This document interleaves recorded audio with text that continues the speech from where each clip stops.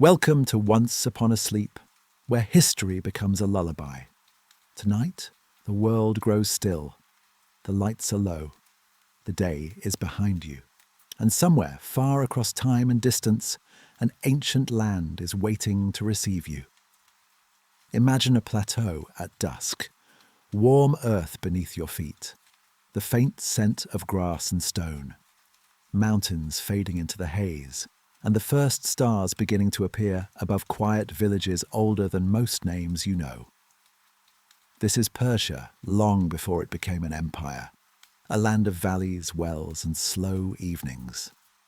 Over the next 4 hours you will wander gently through its story, past shepherds and scribes, kings and gardens, roads and royal halls. You don't need to follow along. You don't need to stay awake. Let the words become soft footsteps. Let the journey carry you. And let sleep find you, easily and well. Chapter 1. Twilight on the Iranian Plateau.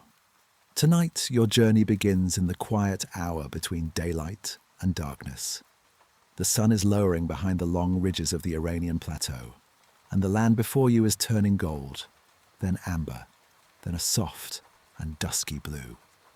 The air is dry and clear. It carries the faint scent of warm earth, distant grasses, and stone that has held the heat of the day. You stand at the edge of an ancient world. Before you, the land stretches wide and open. There are mountains in the distance, their peaks fading gently into the evening haze. Between them lie valleys, dry riverbeds, grazing fields, and narrow paths worn by generations of footsteps. Here and there, a small settlement rests against the slope of a hill, its mud brick houses blending almost perfectly with the colour of the earth. Nothing rushes here. The evening moves slowly. A few goats are being led back toward their pens. A dog lifts its head and listens to the quiet. Somewhere beyond a low wall, a family is preparing the evening meal. The soft sound of a clay jar being set down, the murmur of voices, the glow of a small fire. All of it belongs to a world that existed long before maps were filled, long before empire became a word spoken across continents. This is Persia before it becomes a legend. Not yet the vast empire of kings and roads and stone palaces. Not yet the power that will stretch from the edges of the Aegean world to the valleys near India. Not yet the name that will echo through Greek histories, royal inscriptions, and the imagination of later centuries. For now, it is a landscape, a place of mountains and plains, of tribes and villages, of families, animals, seasons, wells and stars.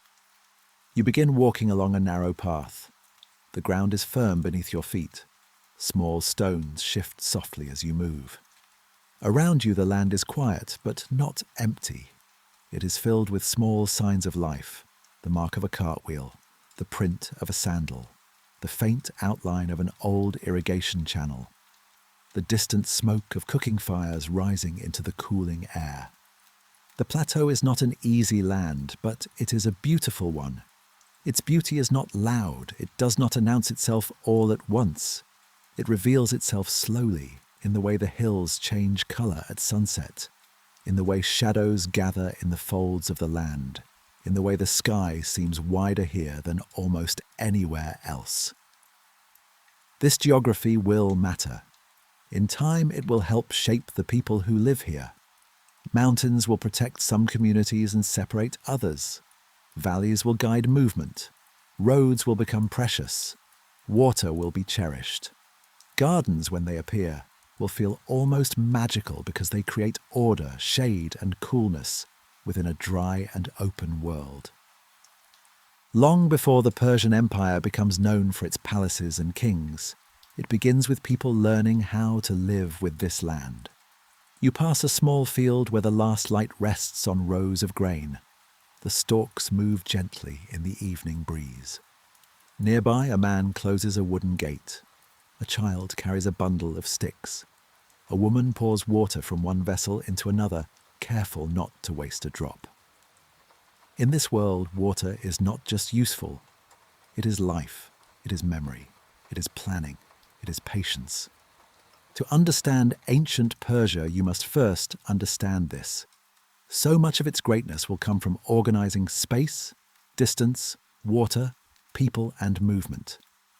Later, kings will build roads, canals, administrative systems, royal centers, and gardens. But the roots of that order begin here, in small daily acts, in knowing when the rains come, in remembering where the wells are, in guiding animals across dry land, in storing grain, in listening to elders who know the shape of the seasons. The path bends slightly upward. From the rise you can see farther now. The last line of sunlight touches the tops of the hills. The valleys below are filling with shadow. You imagine this region not as a single nation yet, but as a meeting place of peoples and languages.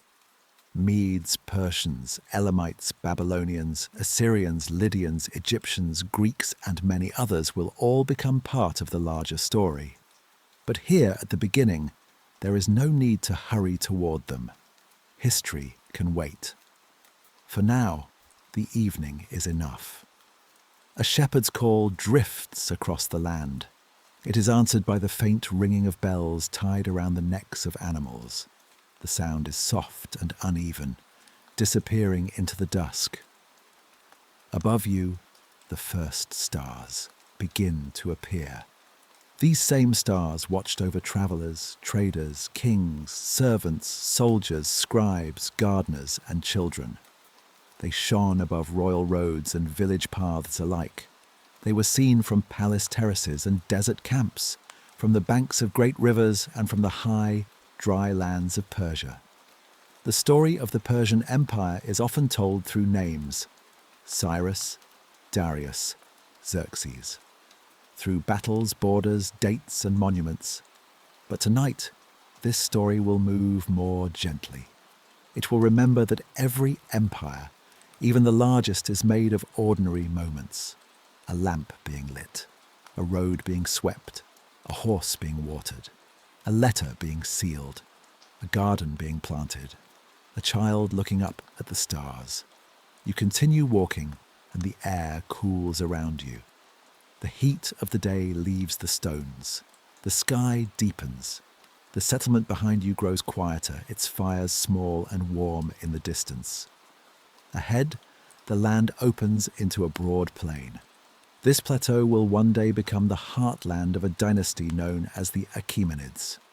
From this world will rise Cyrus the Great, a ruler remembered not only for conquest, but for the way he gathered many peoples into a vast imperial structure.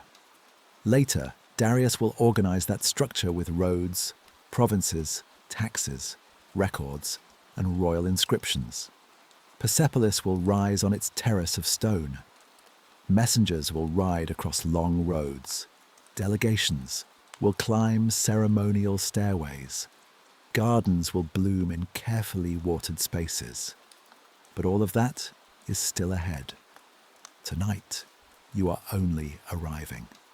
You are learning the feeling of the land before the story grows large. There is a calmness in beginning this way. Without noise, without urgency, without the sharp edges of drama. Just the land, the sky, and the quiet knowledge that history often begins in places that seem still.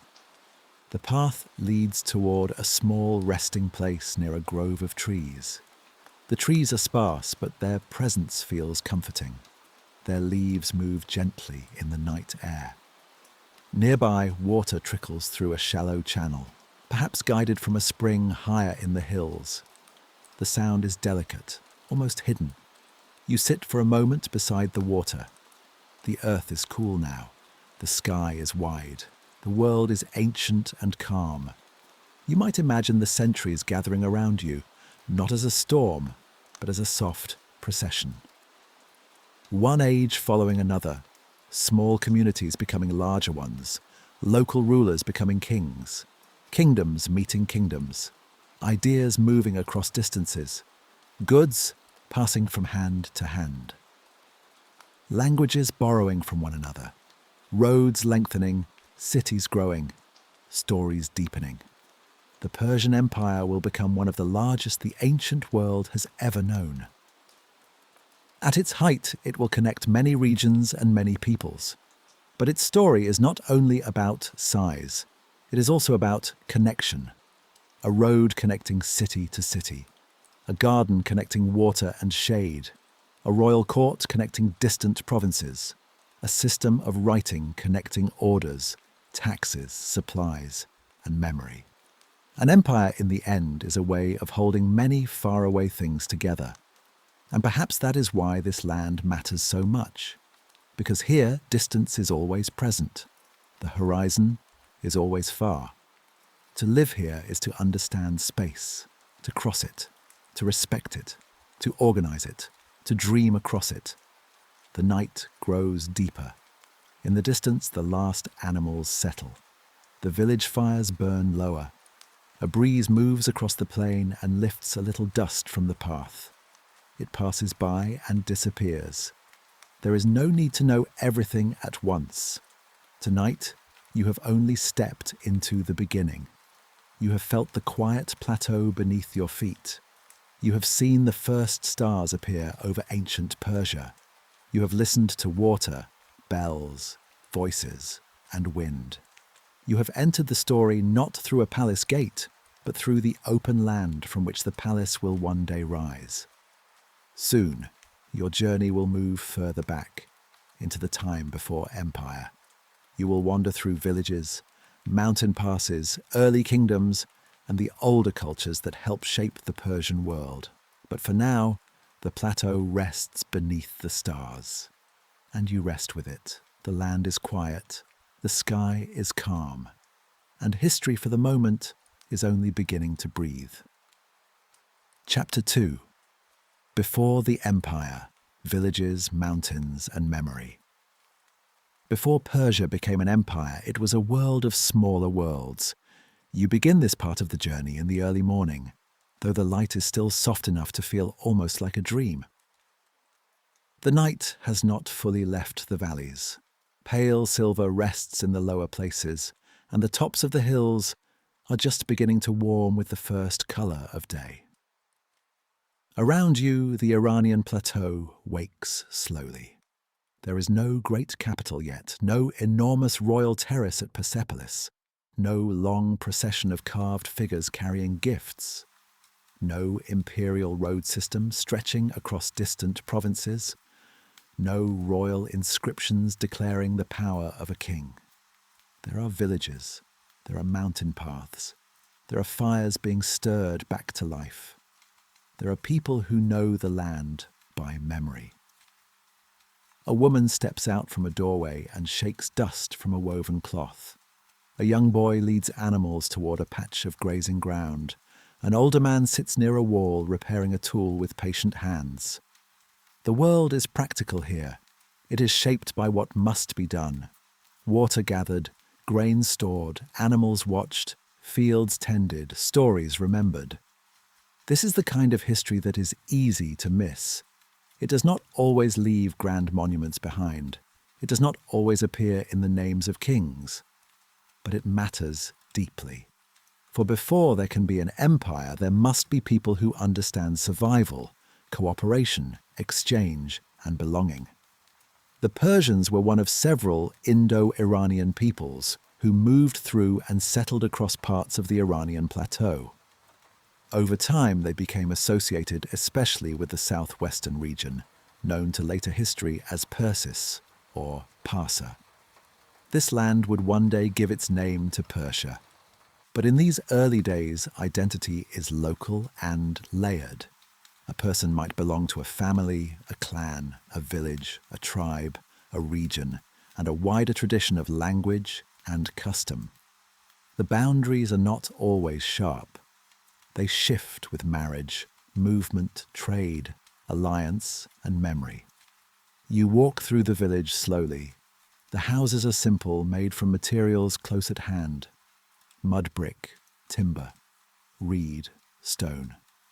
Their colours are the colours of the land itself, so that the settlement seems to rise naturally from the earth. A low wall protects a courtyard. A storage jar rests in the shade. A small cooking fire sends a thin line of smoke into the morning air. There is a quiet rhythm to everything: the grinding of grain, the pouring of water, the creak of leather, the hush of animals moving in a pen. A child watches you with curiosity, then turns away, distracted by the morning's tasks. In a world like this, memory is a form of wealth. People remember where water can be found in dry months. They remember which paths are safe in winter. They remember which families have ties to which valleys. They remember stories of ancestors, migrations, agreements, dangers, harvests, and kings from far away. Long before imperial archives record goods and rations on clay tablets, people carry knowledge in their voices. They pass it from elder to child. They speak it at evening. They sing it while working. They repeat it beside fires until it becomes part of the land itself. As the day grows brighter, you leave the village and follow a path into the hills. The climb is gradual. The air smells of dust, sun-warmed plants and distant animals. Behind you, the houses grow smaller. Ahead, the mountains rise in long folds, blue and brown and gold. Mountains are central to this world. They divide and protect. They make travel difficult but meaningful. A pass through the mountains is not merely a route. It is a connection between lives. Whoever knows the passes knows how to move goods, messages, animals, and news. Whoever controls them can shape relationships between communities. You can imagine early travelers moving through these high places with care. They carry wool, metalwork, grain, pottery, dried fruit, animals, and stories. They bring news from one valley to another. They speak of distant rulers, changing alliances, unusual weather, marriages, births, and deaths. In this way, history moves slowly, carried by feet and memory, before it is carried by royal messengers. The land is quiet, but never isolated. To the west lie the old cultures of Mesopotamia, where cities, temples, kingship, writing, and administration have already developed over many centuries. Elam, with its ancient centers such as Susa, has long been part of the cultural world near southwestern Iran. To the north and northwest are the Medes, another Iranian people whose history will become closely connected with the Persians. To the east are routes that lead deeper into the Plateau and beyond. Persia does not appear from nowhere. It grows among older civilizations. It learns from neighbors. It inherits ideas of kingship, record-keeping, tribute, ceremony, and law. And yet it will also develop its own style, one that can gather difference into a larger structure. For now, though, there is no empire. Only the conditions from which empire can grow. You pause at the top of a ridge. From here you can see the valley below, wide and pale in the morning. A thin river or stream curves through it. Near the water, fields are divided into small patches. Smoke rises from 2 or 3 settlements. Farther away, another line of hills waits in the distance. The view feels still, but it is full of possibility. In later centuries, the Persians will become known for their ability to connect vast spaces. But the habit of connection begins in landscapes like this. One valley linked to another. One village trading with another. One leader forming an agreement with another. One path becoming familiar enough to become a route. Power in its earliest form may look very ordinary. A respected family, a successful herd, a good harvest, a reliable well, a strong alliance, a wise marriage, a leader who can settle disputes, a person who knows how to speak for the group. The early Persian world was not yet the grand imperial machine it would later become. It was a society forming itself within a wider region of movement and exchange. Its people were shaped by pastoral life, farming, local leadership, and contact with older states nearby. You continue along the ridge until the path descends toward another settlement. This one sits near a cluster of trees where water gathers more easily. The houses are arranged close together as if for shelter from wind and uncertainty. Outside one doorway, a woman weaves. The threads move through her hands with patient skill. Nearby, a man shapes a piece of wood. Children sit in the shade, listening to someone older speak. Perhaps the story being told is about an ancestor. Perhaps it is about a journey. Perhaps it is about the spirits of the land, or the duty owed to family, or the proper way to honor truth and order. In the wider Iranian religious imagination, ideas of truth, right order, and cosmic balance will become deeply important. Later, Zoroastrian traditions will shape Persian thought in powerful ways, though the exact early development of these beliefs is complex and not always easy to trace. For a sleep story, it is enough to notice the atmosphere of meaning. Fire as warmth and purity, truth as something precious, order as something that helps life continue.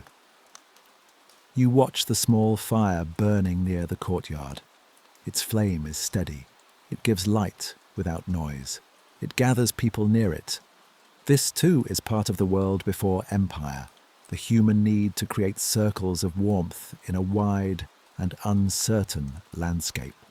As afternoon passes, the story moves gently westward in imagination, toward older centers of power. You do not need to travel far in body. The narrator carries the map softly in the mind. Beyond the hills and plains, there are cities with scribes and temples. There are rulers who keep records. There are craftsmen who work stone, bronze, gold, and clay.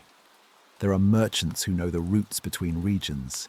There are languages spoken in markets and courts. The future Persian Empire will not erase these worlds. It will gather many of them into its own vast pattern. This is one of the most important things to understand. The Persian Empire, when it rises, will be large not only because it conquers territory, but because it learns how to administer variety. It will rule over peoples who do not all speak the same language, worship in the same way, dress alike, farm alike, or remember the past in the same stories. Its strength will come, in part, from allowing many local traditions to continue while linking them through royal authority, taxation, roads, and administration. But before that can happen, the Persians themselves must grow from regional people into imperial rulers. That transformation will take time. It will require leadership. It will require opportunity. It will require contact with neighboring powers. And it will require the appearance of a figure whose memory will become larger than almost anyone else in Persian history, Cyrus. But he has not entered the story yet. Not fully. For now, the day lowers again toward evening. The second chapter closes where the first chapter began, with light changing over the land. The mountains darken first, then the valleys. The air cools and the smoke from evening fires begins to rise. You sit near the edge of the settlement and watch as people finish their work. Animals return. Doors close. A pot is placed over a fire. A child leans against an elder. Somewhere someone laughs softly. Somewhere else, someone sings in a low voice, the melody moving gently with the night air. This is the world that waits beneath the famous history, the quiet foundation, the villages before the capitals, the paths before the royal road, the memory before the inscriptions, the people before the empire. And as the stars appear once more over the Iranian plateau, you can feel the story preparing to widen. Beyond these hills, alliances will shift, kingdoms will meet. The Persians will rise from a small regional power into something far greater. But tonight, there is no need to rush. The mountains are still. The fires are warm. The old paths lie under the stars. and in the quiet before empire, history rests softly, waiting for the next dawn. Chapter 3: Cyrus the Great and the Quiet. Rise of Persia. The next part of your journey begins in the soft light of morning. The mountains are still blue in the distance, and the valleys below them are slowly filling with gold. A quiet wind moves across the open land. It passes over dry grasses, low stone walls, grazing animals, and narrow paths that have been walked for generations. You are still in the world before empire. But now something is beginning to change.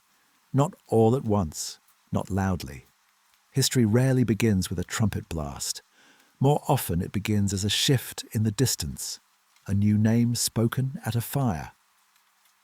A messenger arriving from another valley, a local ruler becoming known beyond his own people.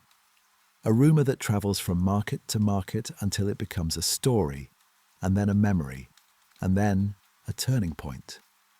The name that begins to move across this landscape is Cyrus. Later, he will be remembered as Cyrus the Great. But here, at the beginning of this chapter, he is still close to the earth of Persia. He belongs to the land of Parsa, to the highlands and valleys of southwestern Iran, to a people who have lived among older kingdoms and stronger neighbours. The world around him is not empty. It is filled with powers that came before Persia's rise. To the west are ancient cities with long memories. To the north and northwest, the Medes have influence. Farther away lie Lydia, Babylon, Egypt, and the many cultures of the ancient Near East. Persia is not yet the centre of the world. It is one part of a larger pattern. And yet, in time, this quieter region will become the heart of something vast. You walk now along a road that is not yet royal, not yet famous, but still important. It winds between villages and fields, across ridges and down into valleys. The dust is pale beneath your feet. Small birds rise from the scrub as you pass. In the distance, a line of people moves with animals and baskets, perhaps travelling toward a local gathering place. Along such roads, news travels, a change in leadership, a marriage alliance, a dispute settled, a ruler gaining support, a kingdom weakening, a new possibility opening. The rise of Cyrus can be told as a story of conquest, but tonight it is told more gently, as a story of gathering peoples, gathering loyalties, gathering regions that had once looked in different directions.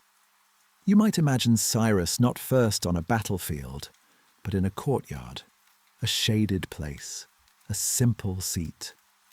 Men from nearby communities arriving to speak with him. Elders, warriors, herders, administrators, and families whose futures depend on the choices of those who lead. There are cups of water, bowls of fruit, folded textiles, and the murmur of conversation. Leadership in the ancient world often depended on strength, but also on trust. A ruler needed followers who believed that order would hold, that promises meant something, that loyalty would be returned with protection, land, honour, or stability. Cyrus's later reputation would become unusually generous compared with many rulers of the ancient world.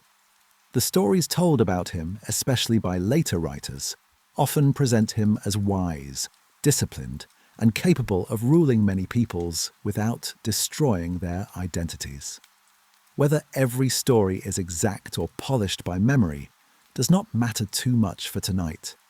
What matters is the impression left behind. A ruler who rises from Persia. A ruler who knows how to bring different groups into one larger whole. A ruler whose name becomes associated not only with power, but with a certain kind of calm authority. You continue walking, and the land opens before you. The morning becomes warmer. The hills soften into long, dry slopes. On the path ahead, a small group of travellers has stopped beside a spring. Their animals drink quietly. One traveller carries news from the west. Another has heard of changing loyalties among the Medes.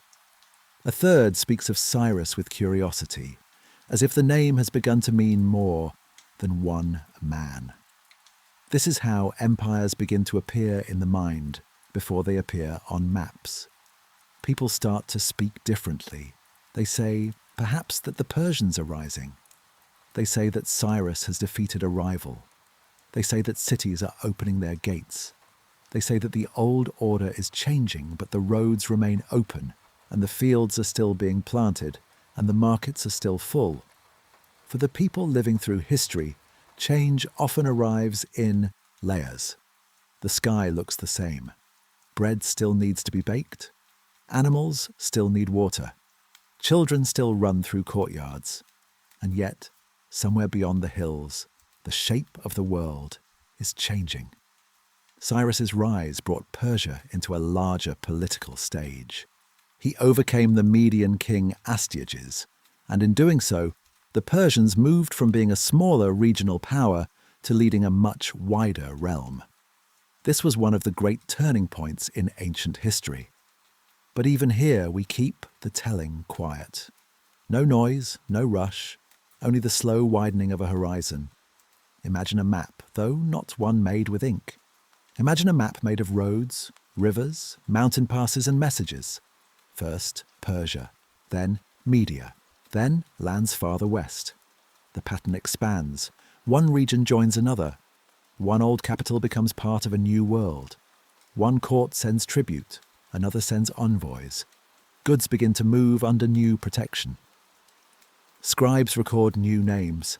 The empire is not yet complete, but the direction is clear. The story turns now toward Lydia, far to the west, a kingdom known for wealth and cities. Then toward Babylon, ancient and magnificent, a city of walls, canals, temples, and memory. These places belong to later steps in Cyrus's story, and we do not need to dwell on their conflicts tonight. It is enough to know that, under Cyrus, Persian rule expanded across a remarkable range of lands, and with each new region, the empire became more complex. More languages, more customs, more gods, more laws, more climates, more kinds of food, clothing, building, music, and memory. A smaller ruler might have tried to make all these places the same, but Persia's great imperial method was often more flexible. Local customs could continue. Local elites could serve within the new order. Temples, cities, and communities could remain themselves while acknowledging the authority of the Persian king. This idea is restful in its own way, not because empire is simple, it never is, but because the Persian style of rule often depended on organization rather than constant disruption. The world was gathered, named, counted, connected, and held together through systems that would become more developed under later rulers. You pass now through a settlement where people are speaking in the shade of a wall. A merchant has arrived with goods from beyond the mountains. A potter displays jars. A woman examines dyed cloth. A scribe, perhaps trained in an older tradition, marks a small tablet or prepares a record for someone with authority. Life continues. The empire grows somewhere beyond the immediate scene, but here in this quiet place it is felt as a new road, a new tax, a new official seal, a new rumour, a new sense that the world has become larger. For many ordinary people, empire was not an idea written in stone. It was something practical. Who protects the road? Who collects the goods? Whose name is spoken when authority is needed? Which ruler's seal appears on an order? Which language is used in the record? Which calendar marks the date? The Persian Empire began to answer these questions across a wider and wider space, and at the center of that beginning stood Cyrus. You may imagine him now in a larger setting, perhaps after his reputation has grown. A royal tent, a hall, a courtyard in a city that has accepted Persian rule. Around him are representatives from different peoples, wearing different garments, carrying different concerns. Some speak through translators. Some bring tribute. Some ask for confirmation of local rights or positions. The air is formal, but not frantic. There are guards, servants, scribes, and advisors. There is the weight of responsibility. There is the knowledge that holding many lands together requires more than victory. It requires attention. A ruler must listen. A ruler must delegate. A ruler must send messages faster than unrest can spread.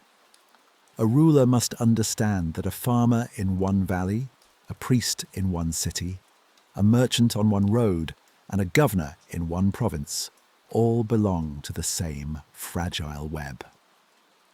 This web under Cyrus begins to extend farther than anything Persia had known before, and yet the chapter remains soft because history does not need to be loud to be meaningful. You can learn about the rise of Persia without feeling the clash of it. You can understand expansion as a widening circle, a gradual joining of places, a map slowly illuminated by lamplight. The day begins to lower. You are walking again through the Persian heartland. The hills are familiar now. The evening returns with its long shadows. The same kind of sky that watched over villages before empire now watches over a people beginning to rule an empire. Perhaps that is one of the gentle lessons of this moment. Even when history changes greatly, the earth remains beneath it. The mountains remain, the stars remain. The daily work of ordinary people remains. And into that continuity, a new name has entered: Cyrus. In time, his memory will be attached to Pasargadae, to royal beginnings, to an empire that stretches across regions, and to a style of rule remembered for its breadth and tolerance. His tomb will stand quietly in the landscape, simple and enduring, long after the noise of his age has faded. But we are not at the tomb yet. We are approaching Pasargadae. The path ahead grows calmer, the air cools. A line of trees appears in the distance, suggesting water, cultivation, and a place carefully chosen. You can feel the story moving from the open roads of rise and expansion into a more settled space. A place of beginnings, a place of gardens, a place where stone, water, and memory come together. As night begins to fall, you imagine the early Persian court resting after the day's work. Lamps glow. Horses are quiet. The last messages are sealed. The horizon fades from gold to violet. Cyrus's story has carried Persia outward.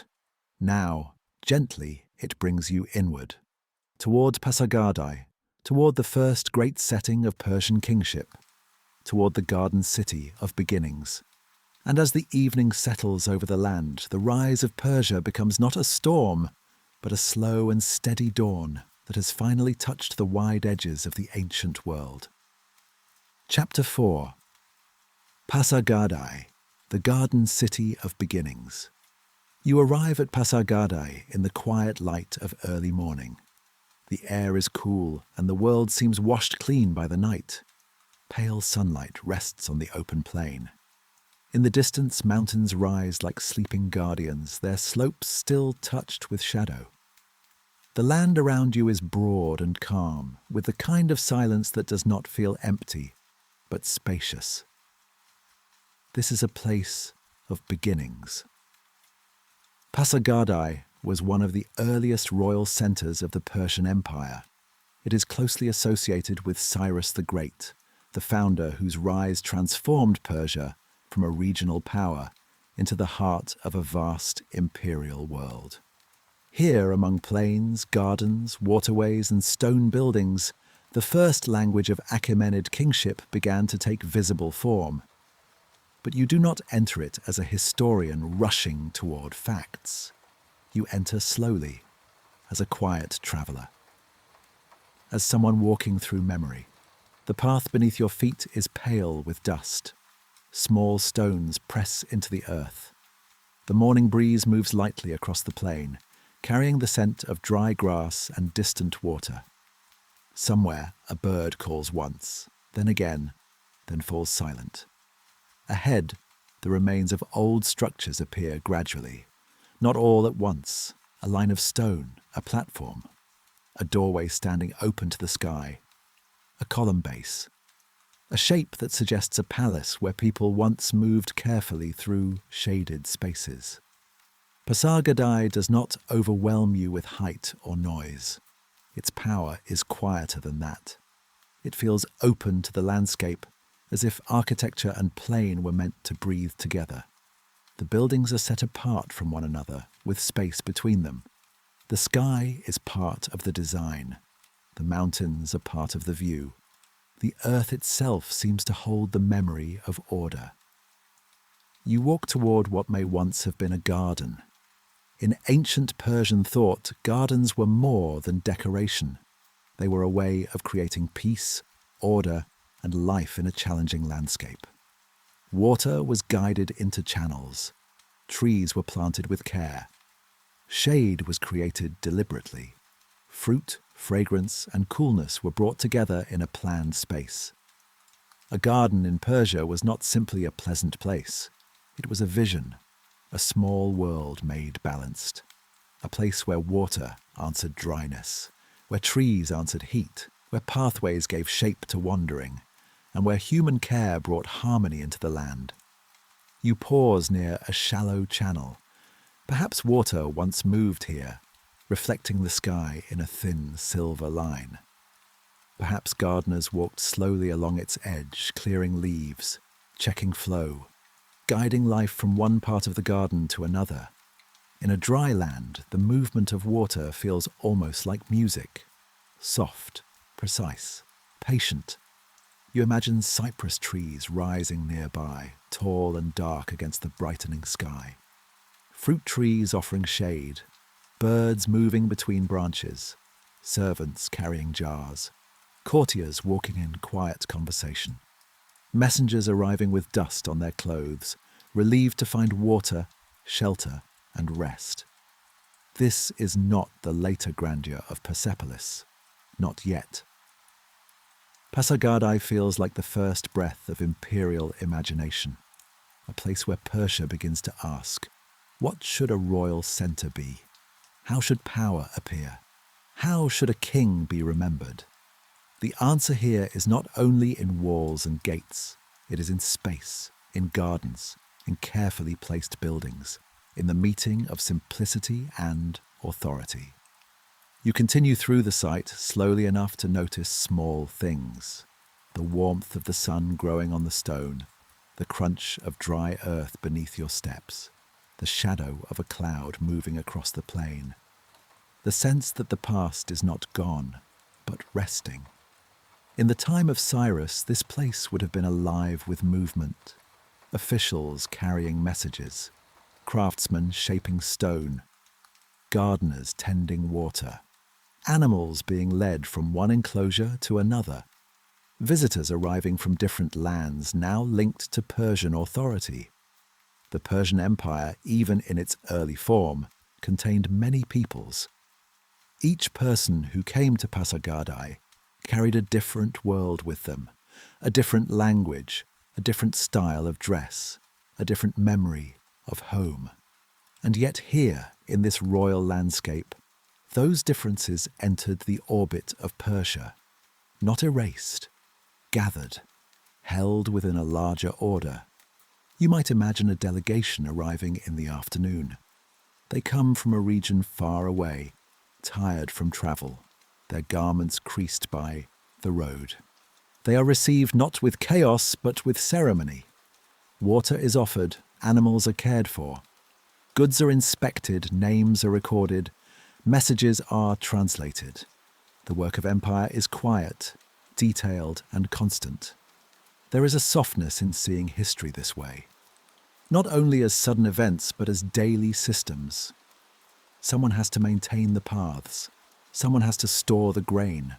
Someone has to know where the visitors will sleep. Someone has to prepare the records. Someone has to keep the water flowing through the garden. In this way, Pasargadae teaches that empire is built not only by kings, but by workers whose names are mostly lost. Builders, gardeners, cooks, scribes, grooms, guards, translators, carriers, weavers, and farmers. They are the quiet hands beneath the visible story. You walk now toward the most famous monument associated with this place, the tomb traditionally identified as that of Cyrus.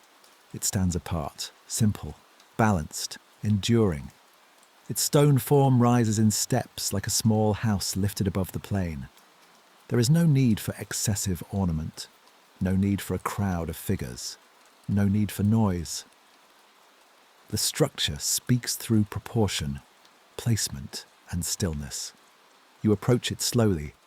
The morning is fully present now, but the air remains gentle. The stones seem almost pale against the land. Around the tomb, the plain stretches wide, and the mountains hold the horizon. This is one of the most peaceful images in the story of ancient Persia. A founder remembered not in a crowded city, but in open space. A king whose empire reached across lands and peoples, resting beneath a quiet roof of stone. Whether you think of Cyrus as a historical ruler, a legendary figure, or both, this place invites reflection rather than excitement. It asks you to consider how memory settles into architecture, how a life becomes a monument, how a name travels beyond its own century. You stand in silence for a moment. The wind moves lightly over the plain. A bird crosses the sky. Nothing else needs to happen. In the distance, Pasargadae's other structures rest under the sun. Palaces, gateways, garden spaces. All part of a royal vision that will influence later Persian architecture. The idea of the royal centre will grow. It will become more elaborate. It will lead eventually to Persepolis, with its vast terrace, carved stairways, and ceremonial grandeur. But Pasargadae remains different, more open, more restrained, closer to the earth. It is a beginning that does not yet know all that will follow. The chapter now slows as the day moves gently into afternoon. You sit in the shade of an imagined tree, listening to the hush of wind and the faint sound of water. Perhaps the garden is partly real, partly reconstructed in the mind. That is how ancient places often come to us, through stones, scholarship, memory, and imagination woven together carefully. A sleep story can walk between them. It can tell the truth softly. It can say, here was a royal centre. Here was the memory of Cyrus. Here were gardens and buildings and the early shape of Persian imperial identity. And then it can let you feel the place, the warmth, the quiet, the long view of the mountains, the sense of time resting in layers. As the afternoon light begins to soften, Pasargadae becomes golden. The stones glow gently. Shadows lengthen beside the old foundations. The air loses its brightness and becomes calmer, easier to breathe. You imagine the day's work ending. Gardeners putting away tools, scribes rolling or storing records, travellers settling after a long road, animals lowering their heads, lamps being prepared. The royal centre becomes less formal in the evening. Its edges soften. The grand ideas of kingship and empire become, once again, human. Meals, water, rest, sleep. This is where your journey lingers, in the space between history and night, between the rise of Cyrus and the wider empire to come, between stone and garden, between memory and dream.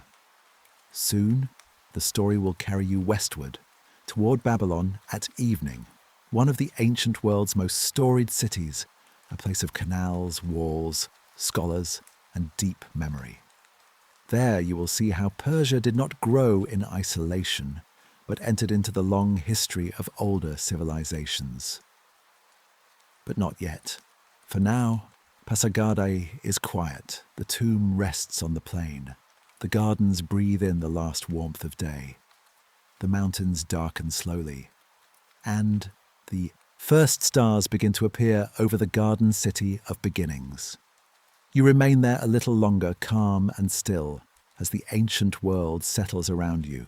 Stone beneath sky, water through garden, memory in silence, and Persia, newly risen, resting softly at the edge of a much wider dream. Chapter 5. Babylon at evening. By the time your journey reaches Babylon, the day is already beginning to fade. The road has carried you far from the open plains of Pasargadae. Farther west, beyond mountains, valleys, and long stretches of dry land, the world changes. The air feels different here. Heavier, warmer, more full of water and human memory. You are near the great rivers now, the land of Mesopotamia, a land shaped by the Tigris and Euphrates, by irrigation canals, by fields of grain, by cities older than Persia's empire, older than Cyrus's rise, older than many of the stories carried across the plateau by travellers and merchants. Here history feels deep, not like a single road stretching forward, but like layers of clay pressed one over another. City upon city, king after king, language after language, story after story. And in the evening light, Babylon appears. At first you see it only as a shape on the horizon, low and wide beneath the darkening sky. Then, as you come closer, the city becomes more detailed. Walls, gates, towers, palm trees, canals reflecting the last gold of sunset, smoke rising from cooking fires, the distant sound of animals, wheels, footsteps, and water. Babylon is not quiet in the way Pasargadae was quiet. Its calm is different. It is the calm of a city that has seen centuries pass through its gates, a city that knows how to continue, a city that has belonged to many kings and yet remains itself, busy, ancient, practical, sacred and alive. You enter slowly, as if the city itself asks not to be hurried. The road beneath your feet is worn by countless travellers. Merchants have passed this way with goods from distant places. Officials have passed with messages. Farmers with baskets. Priests with offerings. Scribes with tablets. Soldiers. Servants, musicians, builders, children, animals, and strangers, whose names are lost to time. Everyone enters the city as part of its long memory. The evening grows softer. Lamps begin to glow near doorways. Their flames tremble gently in the warm air. The smell of bread drifts from ovens. Somewhere dates are being sorted into baskets. Somewhere else, wool is being folded, grain is being measured, and a child is being called home. You walk beside a canal where the water moves slowly and reflects the first stars. The surface is dark blue now, touched here and there by orange from nearby lamps. A small boat rests along the edge. Its rope creaks softly. A man adjusts a bundle inside it, then steps back onto the bank. In Babylon, water is everywhere. Not wild water, but guided water. Measured, channeled, used, watched. Canals help feed the fields and connect parts of the city. They carry goods, reflect buildings, cool the air, and remind you that civilization here depends on careful management. Long before Persia learned to hold a vast empire together, Mesopotamian peoples had already learned how to organize cities, crops, labor, writing, temples, and royal power. This is one of the gentle lessons of Babylon. Persia did not rise into an empty world. It entered a very old one. The Persian Empire under Cyrus absorbed Babylon not as a blank page, but as a great library already filled with stories. The city had its own gods, scribes, rituals, archives, calendars, and habits of government.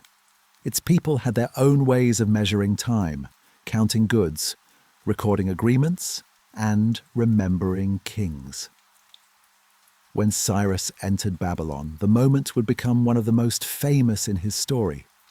Later tradition often presented him as a ruler who respected the city's customs and allowed local life to continue. For tonight, the exact politics can remain soft in the background.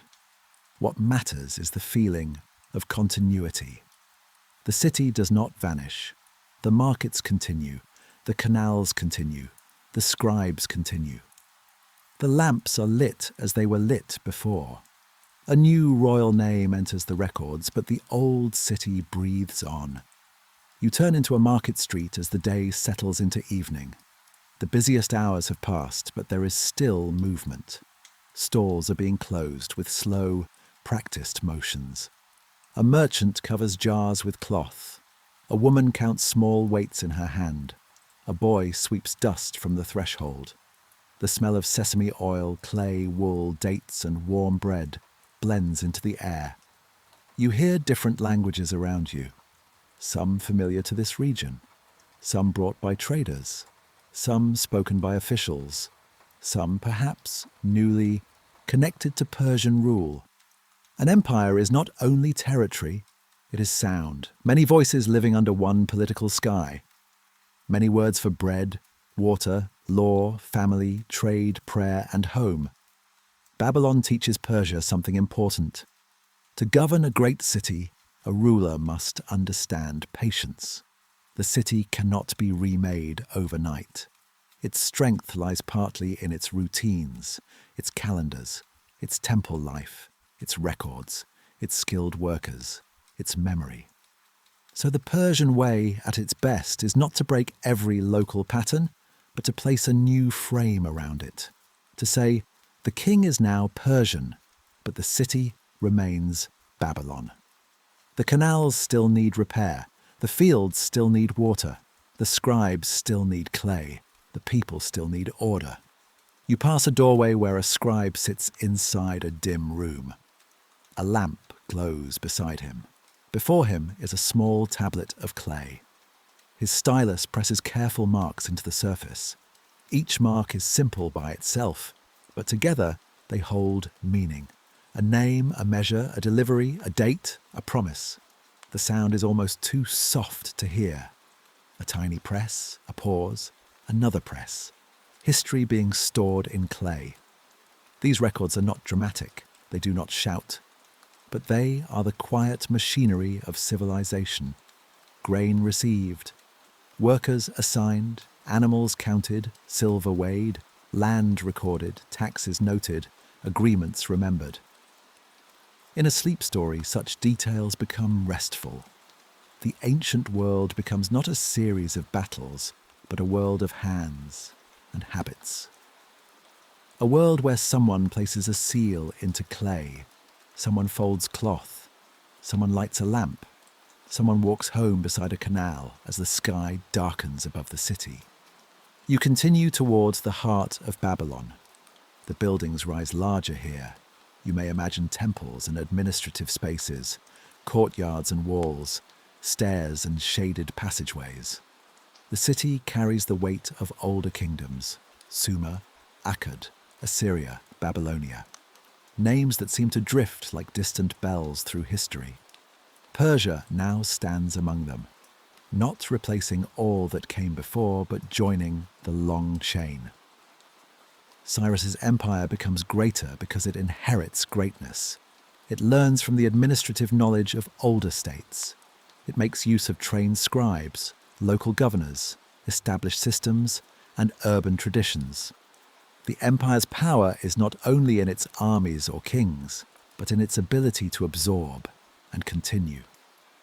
You pause near a courtyard as evening deepens. A palm tree leans over the wall. Its fronds move slightly against the sky. The air is warmer here than in the Persian highlands. Softer, more humid.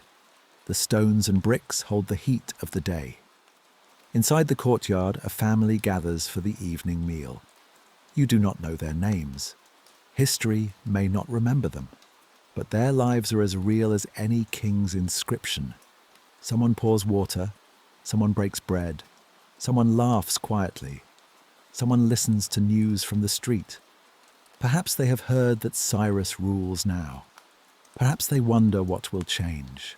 Perhaps they have already learned that much will remain as it was. The fields still need tending.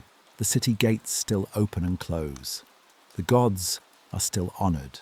The river still moves.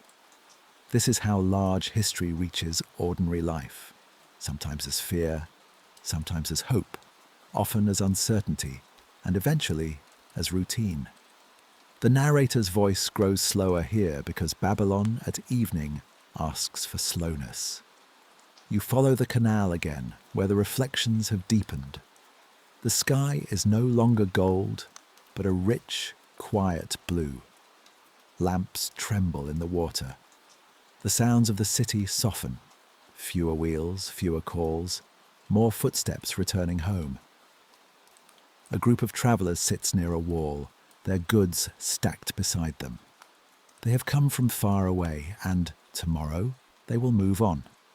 In the Persian Empire, roads and cities will increasingly form a connected network. Goods, orders, people, and ideas will move from one region to another under the shadow of royal authority. But tonight they are only tired people resting. One leans against a bundle, one drinks from a cup, one looks up at the stars. The stars above Babylon are the same stars you saw above Pasargadae, the same stars that watch the Iranian Plateau, the same stars that will shine above Susa, Persepolis, the royal road, desert camps, gardens, and distant provinces. The empire grows large, but the sky remains shared. This thought is calming. All these places, so different in language, climate, custom, and memory, are held beneath the same night. As you walk, you begin to understand why Babylon matters so much in this journey. It shows the Persian Empire becoming more than a highland kingdom. It shows Persia entering the world of great ancient cities. It shows the meeting of youth and age, a rising imperial power and a city already ancient. Babylon does not need to be loud to impress you. Its power is in its endurance, its canals, its records, its walls, its lamps, its people who continue. The night settles fully now. Doors close one by one. The marketplace empties. The water darkens until it becomes almost black, holding only broken lines of reflected light. Somewhere a final cart rolls slowly over stone. Somewhere a dog barks once and then is quiet. You stand near the canal and listen. Water against the bank, a rope moving gently. A low voice from an open window. The soft breath of the city after a long day. Persia has arrived here, but Babylon remains Babylon. That is the peaceful truth of this chapter. Empires may redraw authority, but cities carry their own souls. They continue through memory, craft, food, language, ritual, and habit. Soon, your journey will widen again. From Babylon, you will begin to see the Persian Empire not as one people ruling over empty space, but as a vast gathering of many peoples. Farmers in Egypt, traders in Anatolia, scribes in Babylon, horsemen from the steppe edges, craftspeople from Lydia, officials in Susa, workers in Persepolis, families in villages across the Iranian Plateau. A whole world connected, not perfectly, not simply, but remarkably. But that is for the next chapter. For now, Babylon rests. The lamps burn low. The canals hold the stars. The old city breathes beneath Persian rule, ancient and calm as evening becomes night. And you move onward only in thought, gently, slowly, carrying the sound of water with you. Chapter 6. The many peoples of the Persian Empire. The night over Babylon becomes a bridge. As the city grows quiet behind you, the story begins to widen. Not with sudden movement, but with a slow unfolding, like a map being opened by careful hands. The Persian Empire was not one landscape. It was many. It was mountains and river valleys, deserts and coastlines, palace cities and farming villages.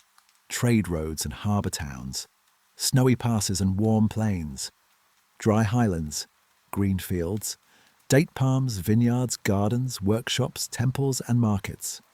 To travel through it was to pass through many worlds, and tonight you do so gently. You begin again in your imagination beside a road at dawn. The air is cool, the horizon is pale. A caravan is preparing to move. Animals shift their weight. Leather straps are checked. Bundles are tied. A man counts jars. A woman adjusts a woven covering. A young traveller yawns and looks toward the brightening east. No one is in a hurry. The road will be long. In a great empire, roads become more than paths. They are lines of connection. Along them move goods, officials, messengers, craftspeople, families, ideas, stories, and songs. A road allows one region to hear of another. It allows the court to send instructions. It allows merchants to find markets. It allows distant provinces to become aware that they belong, however loosely, to a larger whole. The Persian Empire gathered many peoples under one royal authority. Not all of them lived the same way.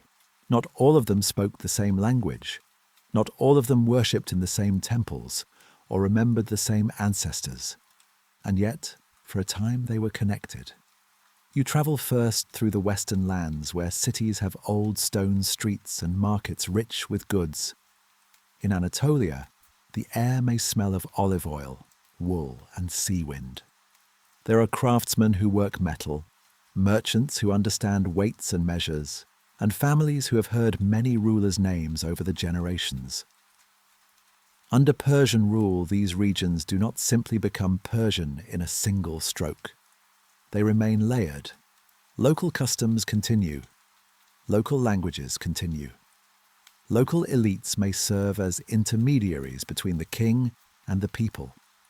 Persian authority often works by placing itself above existing structures rather than replacing every part of them. This is one of the reasons the empire could hold such variety. It did not need every village to look like Persepolis. It did not need every market to sound like Parsa.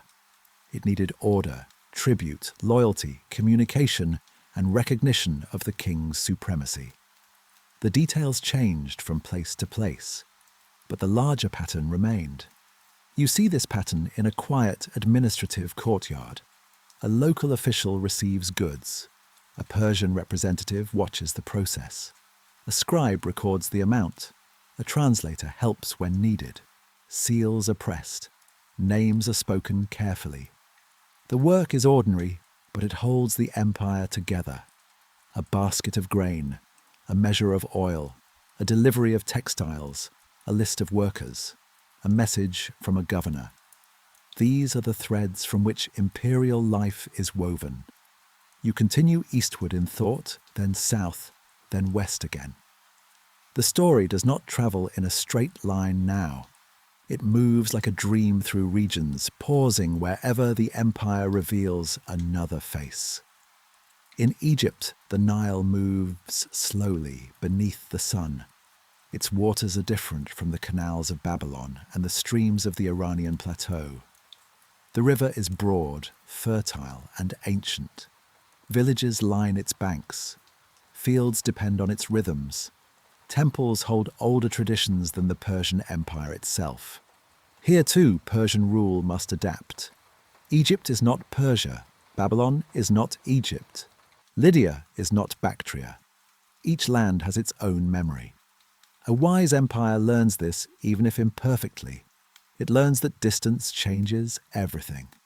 A decree sent from the royal court must pass through roads, languages, officials, and local realities before it reaches the people who live by riverbank, mountain, desert, or sea. You pause by the Nile in the soft heat of afternoon. Farmers work near the fields. A boat moves slowly along the water. Birds stand in the shallows. A temple wall glows in the sun. The Persian king may be named in official contexts, but daily life follows the river. Planting, harvesting, flooding, repairing, counting, praying, resting. The empire is present, but the land keeps its own rhythm. This is important. For sleep-friendly history, it helps to notice that the past was not only dramatic change. Much of it was continuity. People lived inside large political structures while still waking each morning to familiar tasks. They cared for animals, raised children, prepared food, paid dues, traded goods, repaired tools, told stories, watched weather. From Egypt, the story carries you north and east, across deserts and roads, toward the heartlands again. Along the way, you meet not individuals with sharply drawn names, but gentle human impressions. A camel driver humming under his breath, a woman selling dyed cloth in a shaded market, a young scribe practicing signs on a broken piece of clay, a gardener guiding water through a channel, a soldier far from home sitting quietly by a fire, a cook grinding herbs, a child listening to a traveller describe mountains she has never seen. Each belongs to the empire, though each belongs first to a home. That is the human scale of imperial history. Not just borders, not just kings, homes, work, memory, language. You arrive now in Susa, though only briefly as a preview of the deeper visit to come later. Susa is one of the empire's great administrative centres, a place where many worlds meet. Courtyards receive delegations, storehouses hold goods, scribes keep records. Royal commands move outward from places like this into the wider imperial body. Imagine standing in a hall where messengers arrive from different directions. One from Babylon, one from Egypt, one from Anatolia, one from the eastern provinces. Their clothes carry dust from different roads. Their accents differ, their concerns differ, but each has come into the same system of authority. Each waits for recognition, instruction, payment, permission, or judgment. The room is not noisy in this telling. It is calm, ordered. People speak one at a time. A scribe listens, a translator repeats. A seal is warmed and pressed. A tablet or document is set aside. Another is brought forward. This is the empire breathing. Inhale. Messages arrive. Exhale. Commands go out. Inhale. Goods come in. Exhale. Payments are distributed. Inhale. Reports are heard. Exhale. Roads carry decisions away. Such a rhythm is almost soothing when told slowly. It reminds you that even vast systems depend on repeated, predictable acts. The Persian Empire became known for its administrative skill, especially under Darius, who will soon enter the story more fully. But even before Darius, the need was already clear. A realm of many peoples required structure. Provinces needed oversight. Officials needed roles. Roads needed stations. Tribute needed organization. Royal authority needed visible signs. Yet the empire also needed softness of another kind. It needed enough flexibility to let people remain themselves. A farmer in Babylonia did not become a Persian courtier. An Egyptian priest did not forget Egyptian tradition. A Lydian merchant did not stop knowing Western trade. A village in the Iranian highlands did not suddenly become a Babylonian city. The empire held differences together like threads in a large woven cloth. Some threads were bright, some dark, some old, some newly added. The pattern was never perfectly even, but from a distance it became something recognizable, the Persian imperial world. You imagine that cloth now, not as a flag, not as a banner, but as a vast textile spread gently beneath the sky. Woven from languages, landscapes, customs, roads, and memories. Each region is a thread, each person a smaller fibre. Together they form the world through which you are travelling. The chapter slows again. Evening returns, as it often does in this sleep story. The sun lowers over a road somewhere in the empire. It could be near Babylon, or Susa, or a village in Anatolia, or a rest stop on the way to Persepolis. The exact place matters less than the feeling. Travellers settle for the night, animals are watered, fires are lit, a meal is shared. Someone speaks of home, someone listens, someone looks at the stars. The same stars appear again. They shine above all the different provinces, above languages that do not sound alike, above rulers and workers, above temples and gardens, above wide rivers and dry plains. Under those stars, the Persian Empire feels less like a single object and more like a collection of quiet lives connected by roads, records, and royal power. This is the peaceful center of the chapter. To learn history while you sleep is not only to remember names and dates, it is to feel how people lived inside history, to sense the texture of a world, to imagine the road dust on a traveller's cloak, the coolness of water in a clay cup, the glow of a lamp in an archive, the shade of a tree in a palace garden. And so the many peoples of the Persian Empire settle around you in thought. No rush, no noise, only a wide, calm awareness of human variety. The empire is large, but the night is gentle. The roads are long, but every traveller rests eventually. The languages are many, but the evening quiet belongs to all. Soon your journey will turn toward Darius the Great, the ruler who gave clearer shape to this immense world of provinces, roads, taxation, inscriptions, and royal order. You will begin to see how such variety was organized, how distance was managed, and how the empire became not only wide but structured. But for now, the story rests among its people. The merchants close their stalls, the scribes set down their tools, the farmers leave the fields, the animals lower their heads, the lamps burn softly. And across the vast Persian world, from river valley to mountain road, from palace gate to village courtyard, the many peoples of the empire drift quietly into night. Chapter 7. Darius the Great and the Shape of Order. The next morning begins with the sound of quiet work, not the noise of battle, not the drama of a throne room, just the ordinary steady sounds of an empire learning how to organize itself. A door opens in the cool air before sunrise. Sandals move across a courtyard. A clay jar is lifted from the ground. Somewhere a horse snorts softly in the half-light. Somewhere else, a scribe prepares a writing surface, rubbing sleep from his eyes as the first pale line of dawn appears above the hills.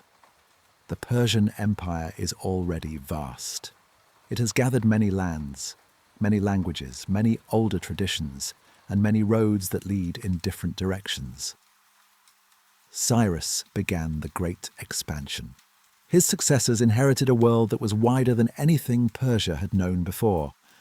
And now, as your journey continues, another figure enters the story: Darius, known to history as Darius the Great.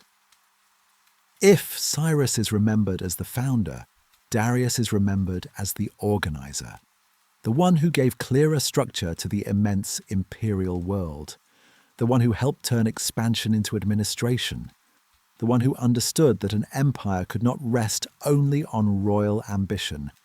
It needed roads, records, provinces, officials, messengers, measurements, storehouses, taxes, seals, languages, scribes, and above all, a steady sense that order could travel across distance. You begin this chapter in a quiet, administrative courtyard. The sun has not fully risen. The air is cool and still. Around the edges of the courtyard, workers prepare for the day. A servant sweeps dust from the stone. A groom leads a horse toward water. Two officials speak in low voices near a doorway. A scribe arranges tablets, leather, or parchment-like materials, depending on the region and the work before him. The empire is waking. Not as one city, not as one people, but as many places linked by a common structure. In the time of Darius, the Persian Empire was divided more clearly into provinces, often called satrapies. Each satrapy had its own governor, known as a satrap, who was responsible for administering a region in the name of the king. This may sound formal, but imagine it softly, a vast land too wide for one person to see, a king in one centre, a governor in a distant province, a local official in a smaller city, a village elder near a field, a scribe recording grain, a messenger carrying instructions. Each person is part of the chain. Order travels not in a single leap, but hand to hand, seal to seal, road to road. You watch as a messenger arrives at the courtyard gate. His clothes are dusty, his horse is tired. He dismounts slowly, stretches his shoulders, and hands over a sealed message. The seal matters. It tells others that the message is not simply a traveller's rumour. It carries authority. It belongs to the system of empire. The official receives it. The scribe prepares to record it. The courtyard remains calm. This is how Darius's empire breathes. Through messages, through measured goods, through careful records, through officials who know where things belong. Darius ruled after a period of uncertainty, and his reign became associated with restoring and strengthening royal control. He presented himself as a king chosen to bring order where there had been disorder. In royal inscriptions, he emphasized truth, legitimacy, and the defeat of false claimants. These ideas were political, but they also fit into a wider Persian concern with truth, right order, and proper rule. In this sleep story, you do not need to follow every dispute. You only need to feel the result. A ruler looking across a vast empire and asking, how can this be held together? Not just today, not just in one city, but across mountains, rivers, deserts, and seas. The answer is structure. You walk through the courtyard and into a shaded room. The air is cooler here. Shelves, baskets, or storage spaces hold records and supplies. A lamp still burns from the early morning. A scribe sits with patient attention, marking information in a careful hand. Names, quantities, dates, deliveries, rations, animals, workers, officials. The details are small, but the meaning is large. Without records, memory fades. Without measurements, tribute becomes confusion. Without routes, messages slow. Without trusted officials, distance becomes weakness. Darius's genius, if we may call it that, was not only in ruling, but in making rule repeatable. A system could continue when a king was far away. A message could be recognized as official. A payment could be expected. A province could be counted. A road could be maintained. You may imagine the empire as a great woven carpet. Cyrus expanded the edges. Darius strengthened the pattern. He tightened the threads so that the design could hold. Outside, the sun rises higher, and the courtyard grows brighter. A group of men arrives carrying goods, jars, sacks, folded textiles, perhaps metal or finished craftwork. They are not presented as a dramatic tribute procession. They are simply part of the ongoing movement of resources that kept the empire alive. Someone checks the goods. Someone records them. Someone places a seal. Someone carries them away. The empire is not a single event. It is repetition, again and again, morning after morning, province after province. One of Darius's important achievements was the refinement of taxation and tribute. Different regions contributed according to their resources. A fertile region might provide grain. Another might provide livestock, precious metals, textiles, or skilled labor. The details varied, and ancient sources do not always present them without bias, but the broad idea is clear. A large empire needed organized contribution. This could be burdensome for people, of course. No empire is weightless. But tonight, the telling remains gentle. We notice the structure without turning it into tension. We see the baskets, the tablets, the storehouses, the officials, and the systems of movement that made imperial life possible. You step back outside. The courtyard is busy now, but still ordered. Voices remain low. A servant carries water. An official dictates something to a scribe. A traveller waits in the shade, holding a small bundle. 2 horses are being prepared for departure. From this one courtyard, you can imagine hundreds of similar places across the Persian world. In Babylon, records are kept in long-established traditions. In Egypt, local systems continue beside imperial oversight. In Anatolia, Western cities send goods and messages. In the eastern provinces, roads stretch toward lands of mountains, deserts, and distant horizons.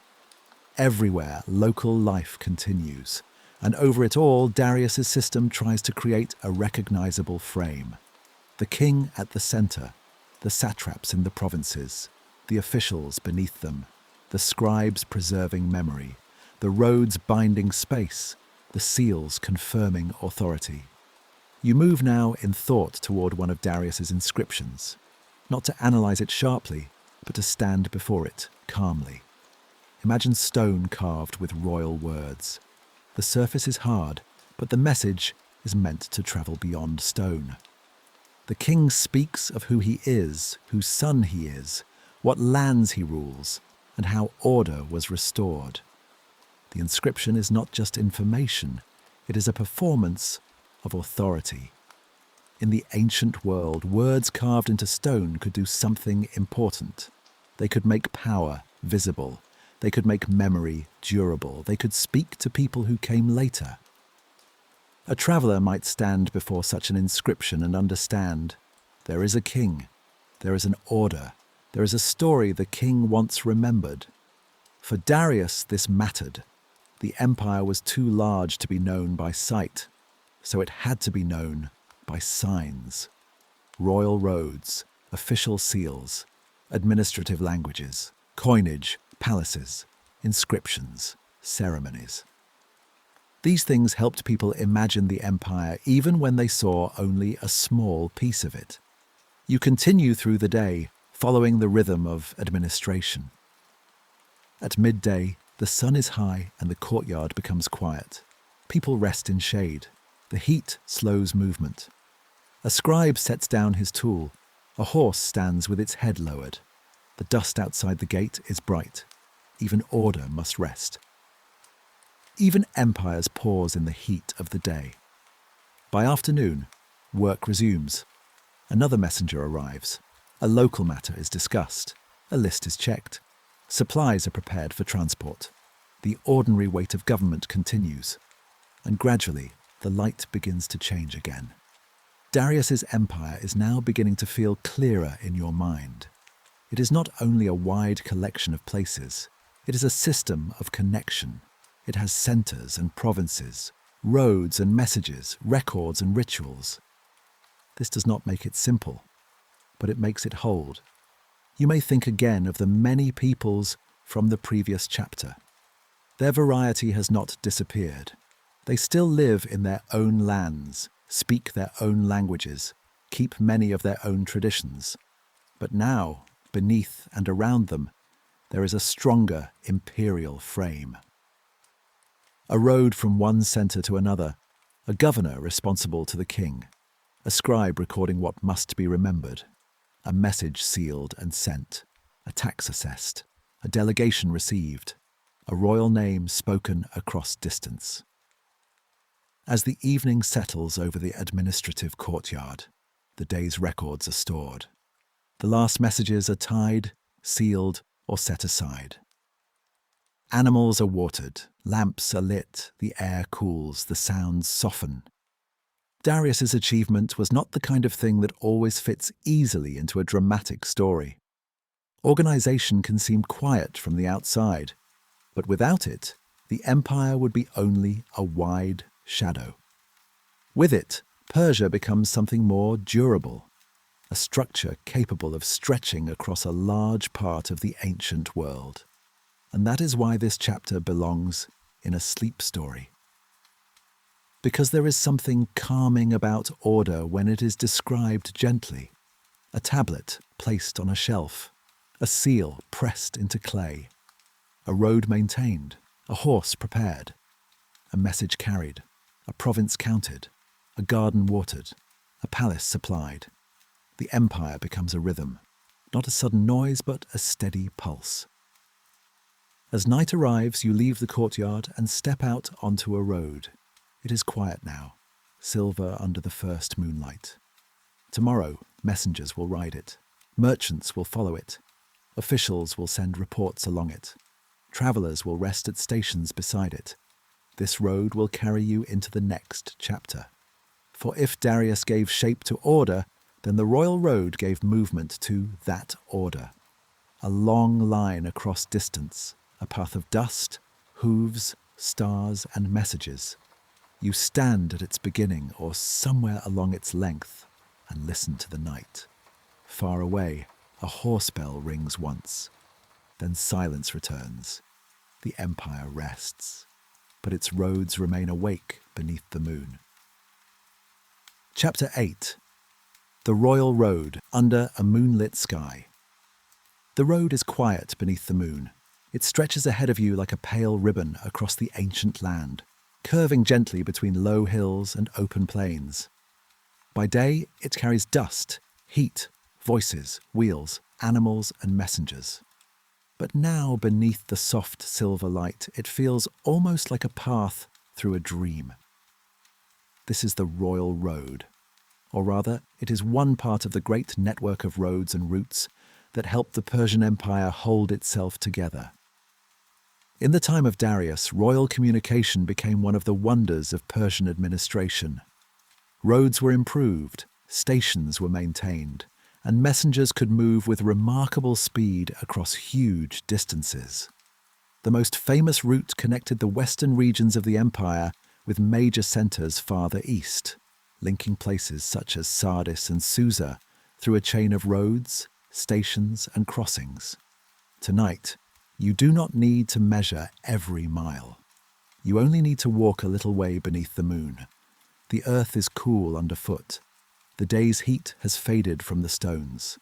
On either side of the road, the land lies quiet. A few shrubs cast small shadows. Farther away, the hills are dark shapes beneath a sky filled with stars. The stars are bright here. There are no city lamps nearby, no crowded palace court, no market fires, only the wide night and the road. The air is dry and clean. Every sound travels gently, the crunch of your step, the whisper of wind, the distant call of a night bird. And then, from far away, a softer rhythm appears. Hooves. Slow at first, then clearer. A rider is coming. You step aside and watch as a mounted messenger appears on the road, his shape emerging from the silver light. He does not gallop wildly. This is not a scene of danger. He rides steadily, with purpose. His cloak moves in the night air. A sealed message is secured carefully for the next station. He passes with only a brief nod. The hooves continue down the road, then fade.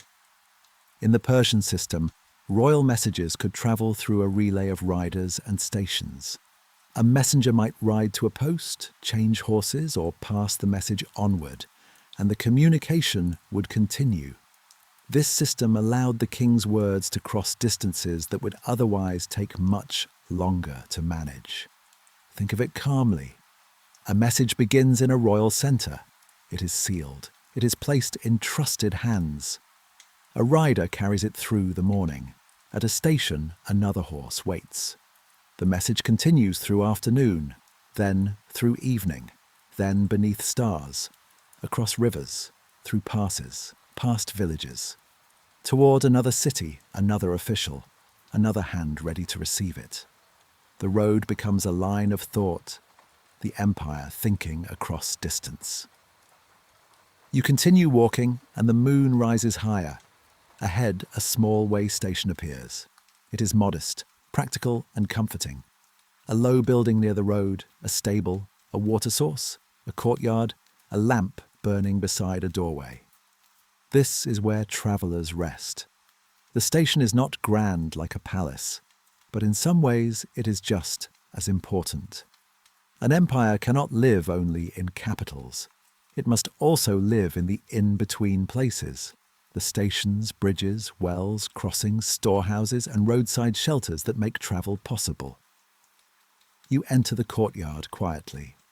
A horse stands in the shadow, breathing softly. Another rests with its head lowered. A groom moves slowly, carrying a bucket of water. The light from the lamp makes the walls glow warm against the cool night. Inside, a few travellers sleep. One lies wrapped in a cloak. Another sits awake, mending a strap by lamplight.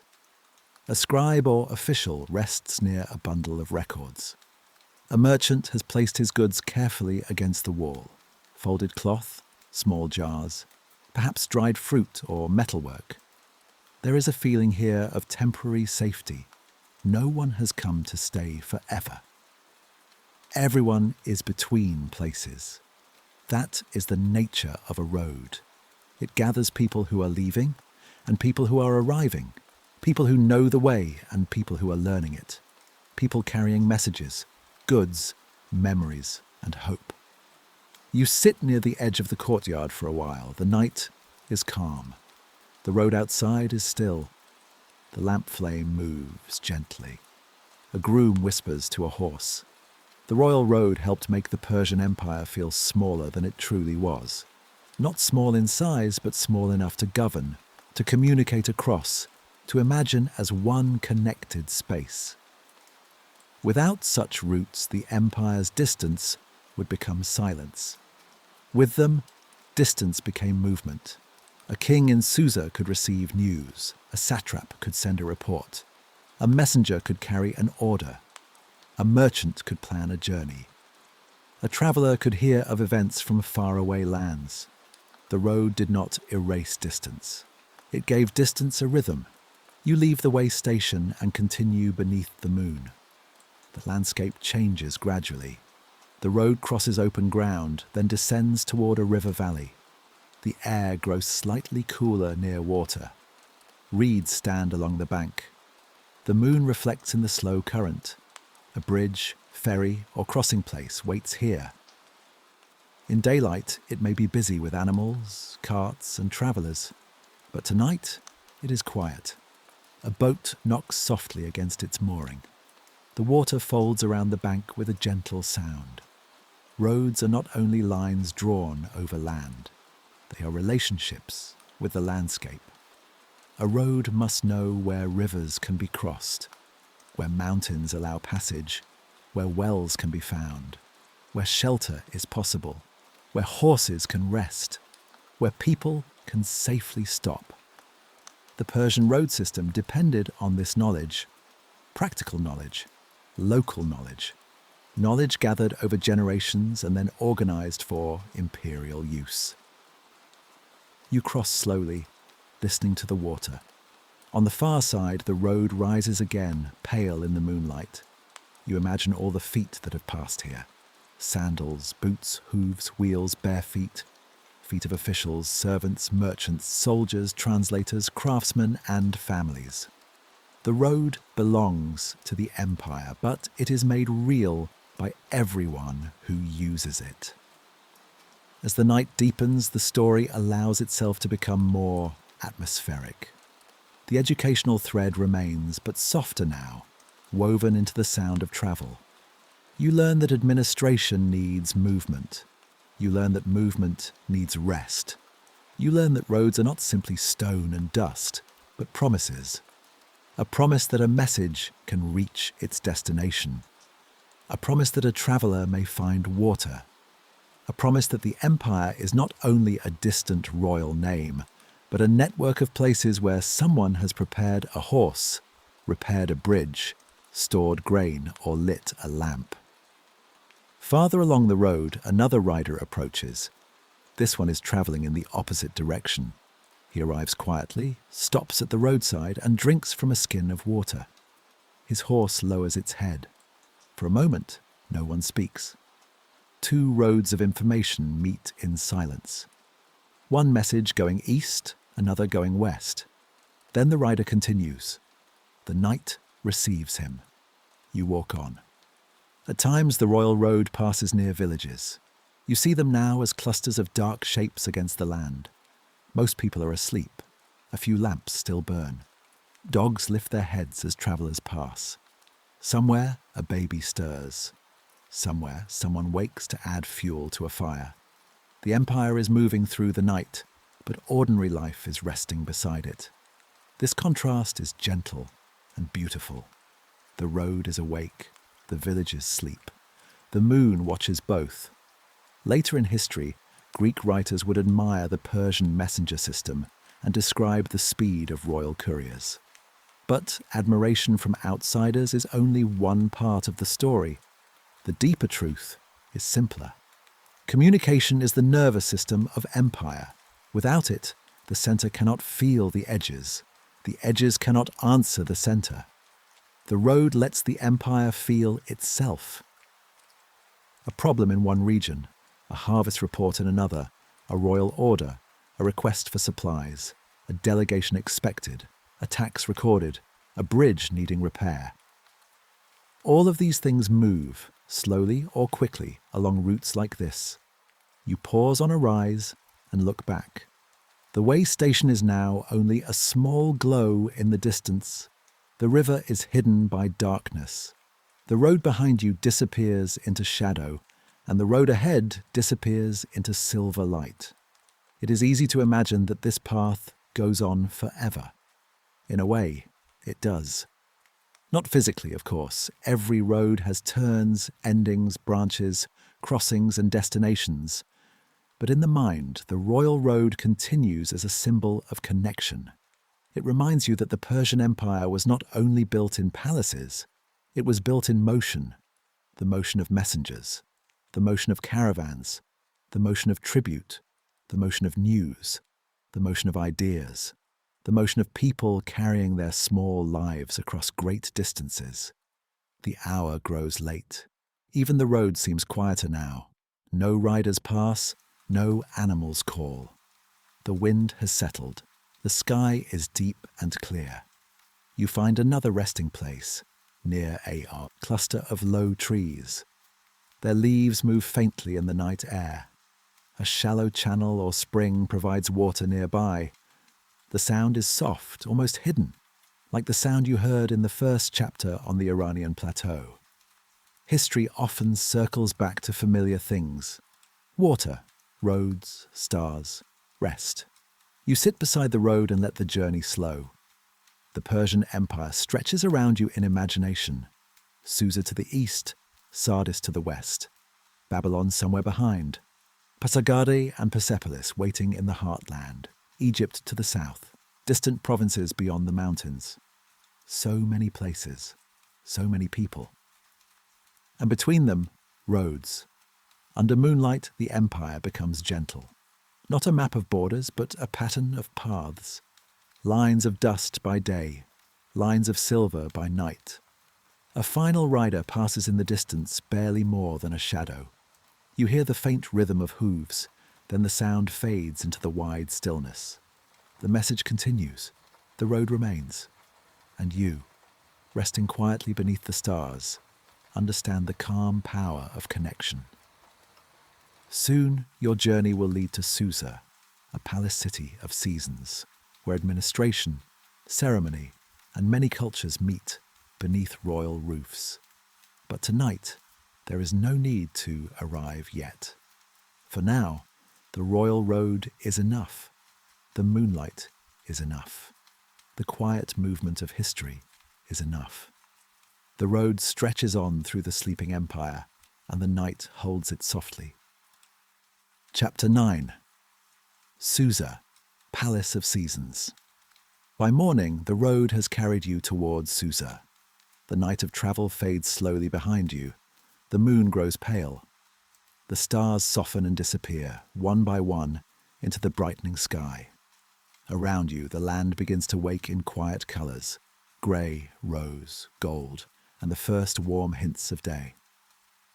Susa waits ahead, not as a dream of one people only, but as a meeting place of many worlds. This city is older than the Persian Empire. Long before Cyrus, long before Darius, long before royal messengers rode across the roads of Persia, Susa had already stood as a place of importance. It belonged to the deep history of Elam and southwestern Iran, a region where ancient cultures rose, traded, ruled, remembered, and changed. When Persia grew into empire, Susa became one of its great royal centres, a city of administration, a city of ceremony, a city where messages arrived from distant provinces and decisions moved outward again. You approach it in the early light.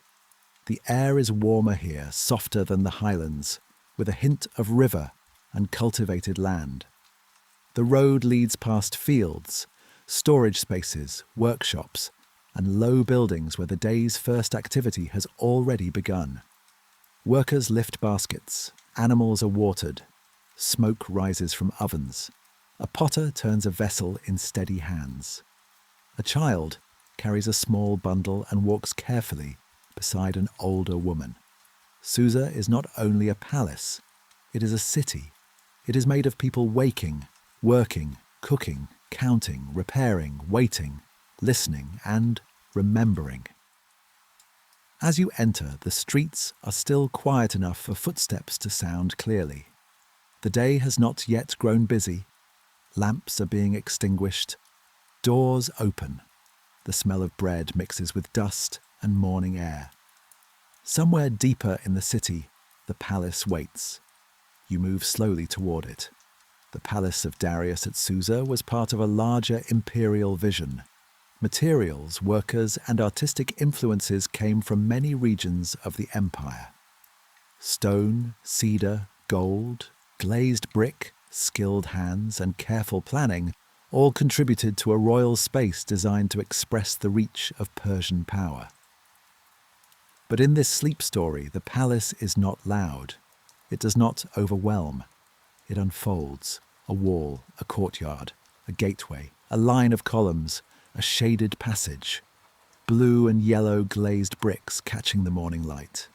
You enter through a calm outer space, where guards stand quietly and officials pass with practiced steps. The movement here is orderly, not hurried, not chaotic. People know where they are going. Some carry documents, some carry goods, some speak in low tones, some wait to be called. You are an observer. No one rushes you. You are allowed to notice the atmosphere.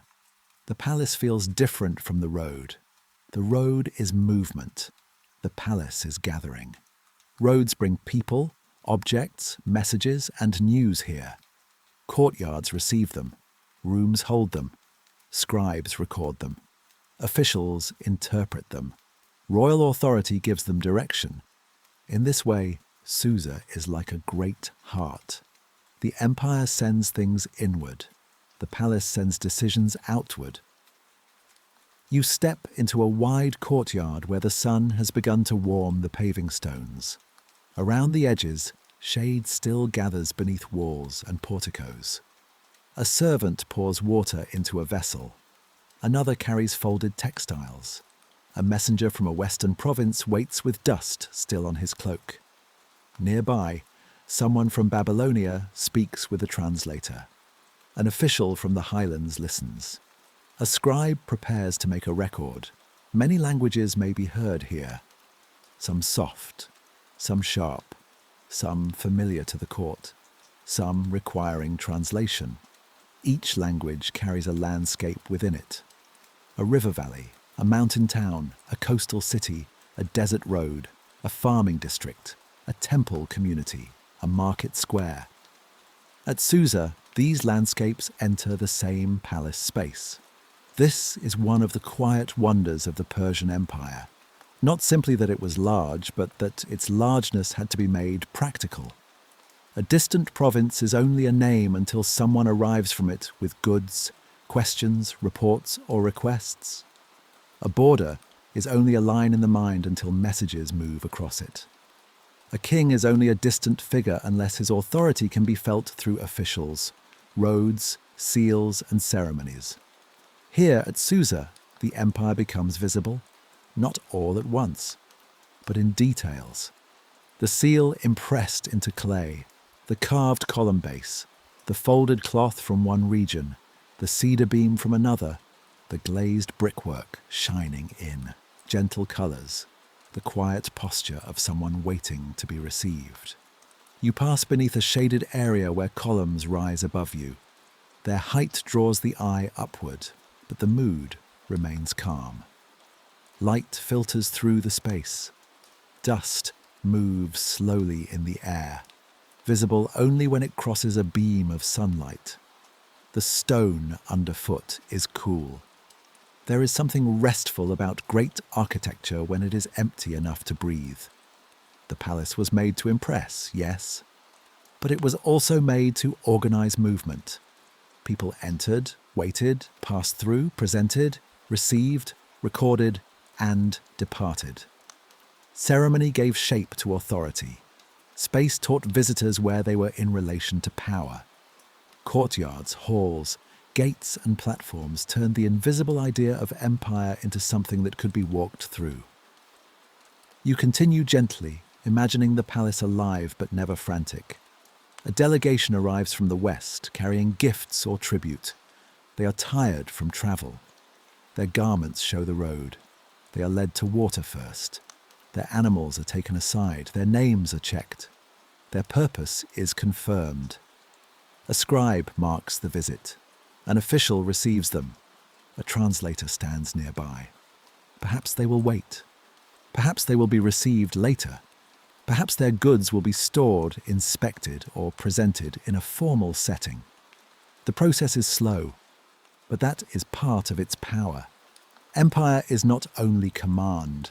Empire is procedure, a way of making distance manageable, a way of turning a rival into order. You move now into a quieter chamber. The noise of the courtyard softens behind you. The room is shaded and cooler. Here, records may be kept, or officials may work, or supplies may be accounted for. The imagination does not need to know every exact function. It is enough to feel the stillness of administrative life. A scribe sits near a low table. He is not dramatic, he is not famous, but his work matters. Before him are records of goods, workers, movements, and provisions. These small details are the threads holding the empire together. Without them, the grand halls would be hollow. Without them, roads would carry confusion. Without them, tribute would become rumour, and orders would fade into uncertainty. He writes, pauses, checks a mark, writes again. The rhythm is quiet enough to be almost like breathing. In another part of the palace, cooks prepare food for officials, workers, visitors, and servants. In another place, storekeepers count supplies. In another, animals are tended. Somewhere, gardeners check channels and shade trees. Somewhere, a messenger sleeps after a long journey, knowing another journey may soon begin. The palace is not only a symbol, it is a workplace.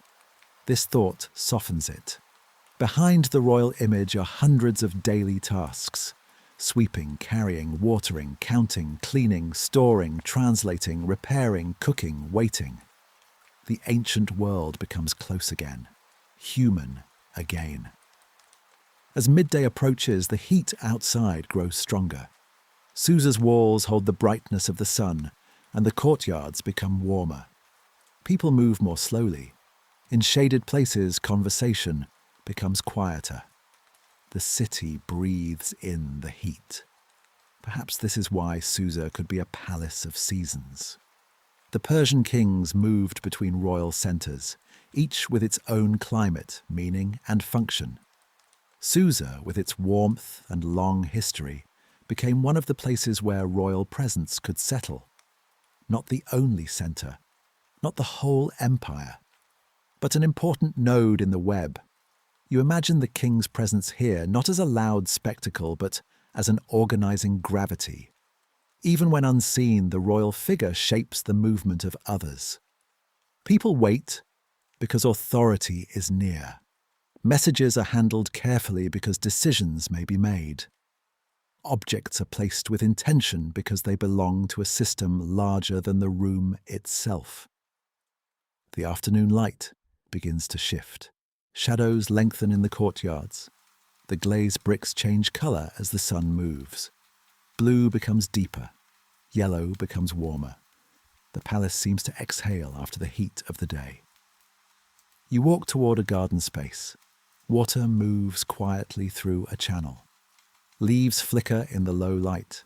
A few birds settle in the branches.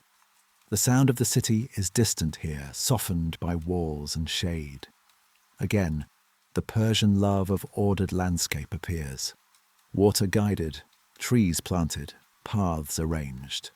Heat answered by shade. Power softened by beauty.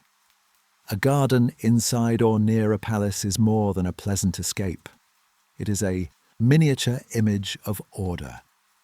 The world outside may be vast and difficult, but here, in a controlled space, water flows where it is meant to flow.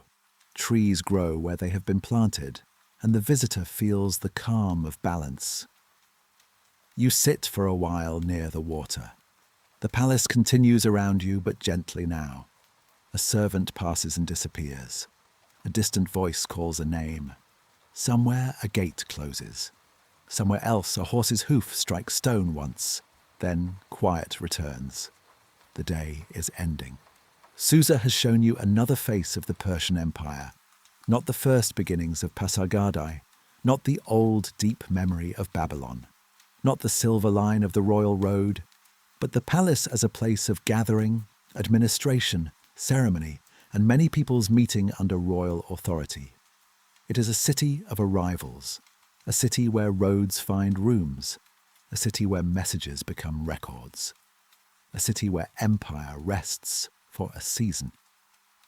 As evening settles, lamps are lit in the palace. The warm glow softens the columns and walls.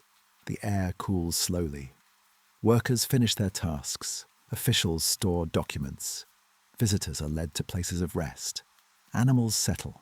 The garden darkens. You leave Susa gently, not by walking far, but by letting the story move onward. The next place waits in the Persian heartland. More famous now, more ceremonial. A place of terraces, columns, stairways, and carved nations moving forever in stone. Persepolis. But you will not arrive at its height in the noise of noon. You will approach it before dawn, when the world is quiet, when stone is cool, when the first light touches the great terrace, and when the empire for a moment feels not like power, but like a dream waiting to be seen. Chapter 10. Persepolis before dawn.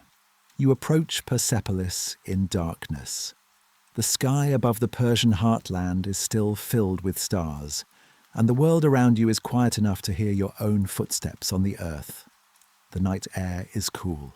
It carries the faint scent of dust, stone, and open land. Ahead, the great terrace is not yet visible in detail. It is only a darker shape against the dark land, a presence, a stillness, a place waiting for light.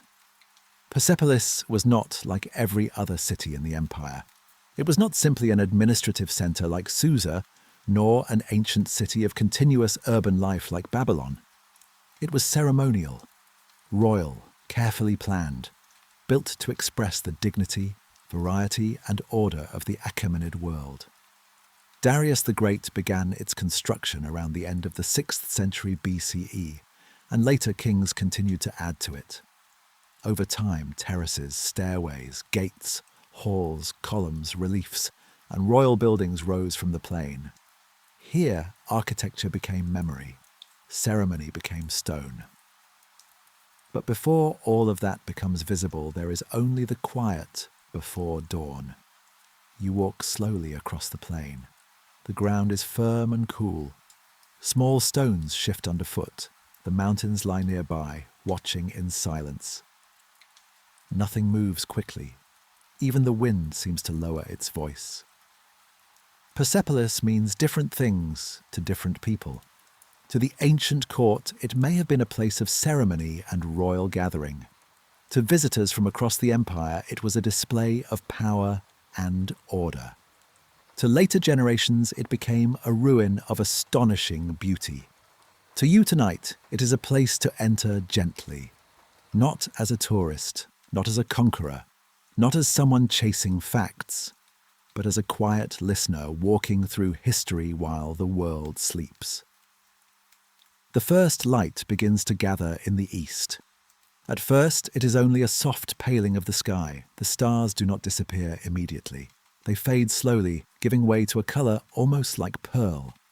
The great terrace ahead becomes clearer. Its lines emerge from the darkness: stone, steps, walls, open space. The scale is calm but immense.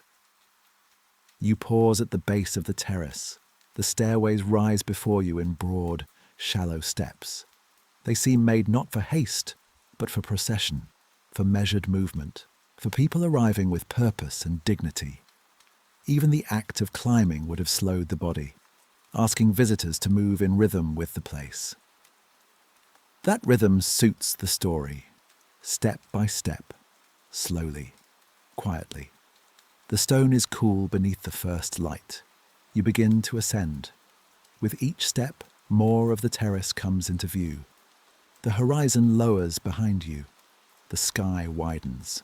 The plain spreads out below, still dim and peaceful in the hour before sunrise. No crowd surrounds you tonight. No ceremony fills the air. No royal announcement sounds. Only your footsteps. Only the faint wind. Only the growing light touching stone that has seen more than 2,000 years pass. At the top, you stand for a moment and breathe. Persepolis opens around you. Columns rise into the pale sky. Some stand complete enough to show their old grace. Others are broken, remembered more by bases and fragments than by height. Doorways lead nowhere and everywhere. Reliefs wait in shadow, their carved figures still quiet before sunrise. The place feels both present and absent. It is here, and it is gone. That is the strange peace of ancient ruins. They allow you to stand inside time.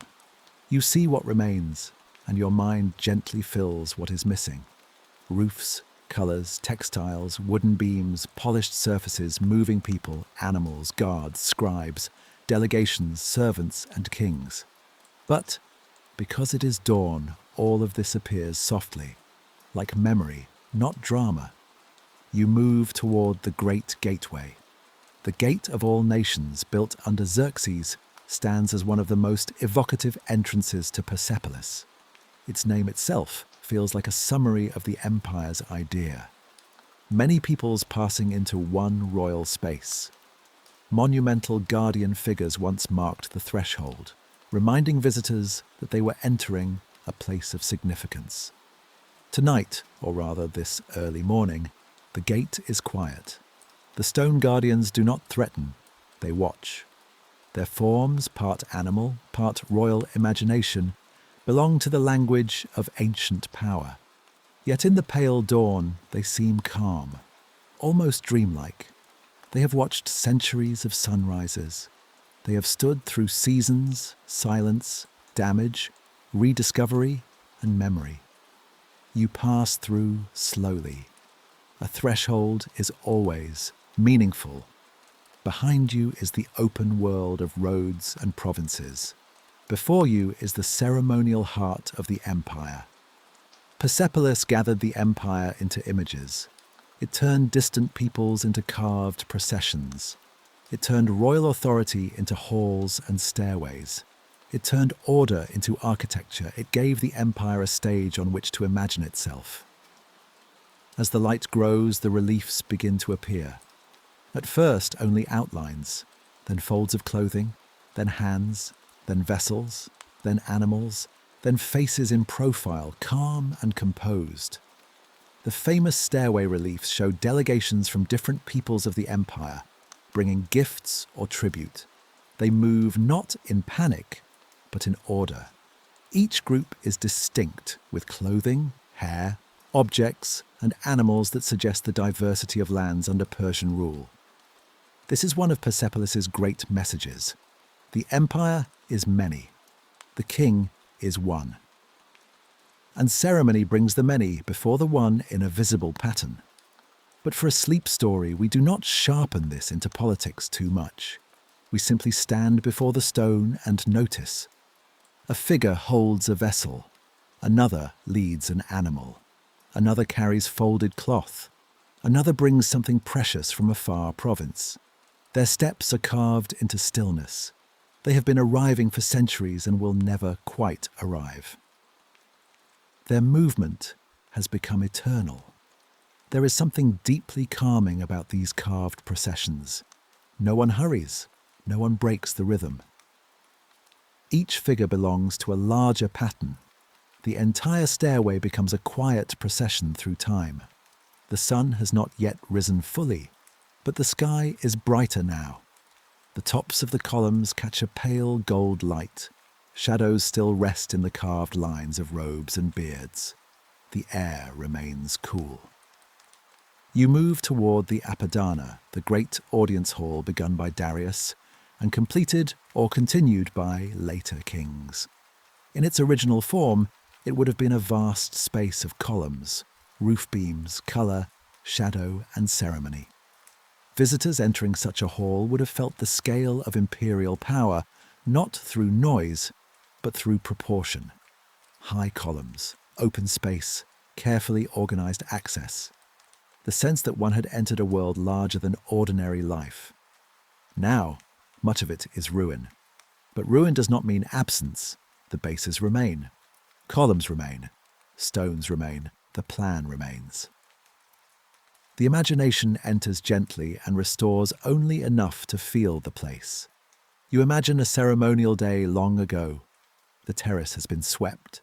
Fabrics move in the breeze. Officials stand in assigned places. Delegations arrive slowly, each guided by protocol. Scribes and attendants wait. The king is not yet seen, but his presence organizes everything. There are colors now, deep reds, blues, golds, white garments, patterned textiles, polished vessels, the quiet sound of sandals, the movement of animals, the controlled murmur of many languages. And above, the roofed hall gives shade from the Persian sun. But this imagined scene stays soft. It does not rise into excitement. It remains like a mural seen through morning mist, a vision of ceremony, a world of order and display. Then the vision fades, and you are once again among the stones before dawn. This gentle movement between past and present is part of the experience of Persepolis. The site asks you to hold both at once, what was built and what remains, what was intended and what is remembered, what was royal and what is now silent. The sun finally touches the edge of the terrace. A line of gold appears on the stone. The mountains brighten. The plain below becomes visible in full, spreading quietly beneath the morning sky. Persepolis was built in the heartland of Persia, near the older royal centre of Pasargadae, but with a different purpose and scale. If Pasargadae feels like the garden city of beginnings, Persepolis feels like the empire made ceremonial. More formal, more elaborate, more consciously symbolic. Here the Achaemenid kings presented a vision of the world. Not the whole truth of daily life, of course. No palace ever contains the whole truth. But a vision, a carefully shaped statement in stone, that many peoples, many lands, and many resources belonged within the royal order of Persia. You walk along the terrace as the day begins. The silence changes now. Birds call from somewhere in the distance. A breeze moves across the open spaces. The stone slowly warms. Shadows retreat. Near a doorway, carved figures stand in profile. Their bodies are still, but their details remain alive. Curls of hair, folds of garments, hands held carefully, weapons or staffs, flowers or vessels. The craft is precise and patient. Each carved line required a human hand. Each surface was shaped by workers whose names are mostly gone. Stonecutters, designers, labourers, supervisors, carvers, transporters, polishers. The great royal vision depended on countless quiet acts of skill. This matters. It keeps Persepolis from becoming only a monument to kings. It becomes also a monument to work, to human attention, to craft repeated day after day beneath the sun. You pause beside one of the carved stairways. The figures seem to continue their slow arrival, and you realise that this place, like the empire itself, is built from repetition. Step after step, column after column, figure after figure, province after province, message after message, road after road. The mind finds rest in such patterns. The chapter now slows further, allowing the listener to settle into the space. There is no need to explain everything, no need to name every building, no need to define every symbol. Persepolis before dawn is enough as an atmosphere of learning. You have learned that it was a ceremonial centre, that Darius began it, that later kings added to it, that its reliefs displayed the many peoples of the empire, that its architecture turned Persian imperial order into stone. But beyond the facts, you have felt the place, the cool steps, the pale sky, the still columns, the carved processions, the slow arrival of sunlight, the quiet of an empire remembered after the noise has faded. By now, the morning is fully present. The terrace glows, the plain is awake. But the story remains soft. Soon in the next chapter, you will look more closely at the stairways and the peoples carved there. You will spend time with the delegations of the empire, noticing their gifts, garments, and calm movement through stone. But not yet. For now you stand at Persepolis in the first warmth of day, the great terrace beneath your feet, the mountains nearby, the sky open above. And the ancient empire, once vast and busy, now quiet enough to become a place of rest. You take one last look across the columns. They rise into the morning like memories. The stone holds the light. The air is still. And Persepolis, before dawn and after dawn, remains peaceful beneath the endless Persian sky. Chapter 11. The Stairways of Nations. The morning at Persepolis has fully arrived, but it is still gentle.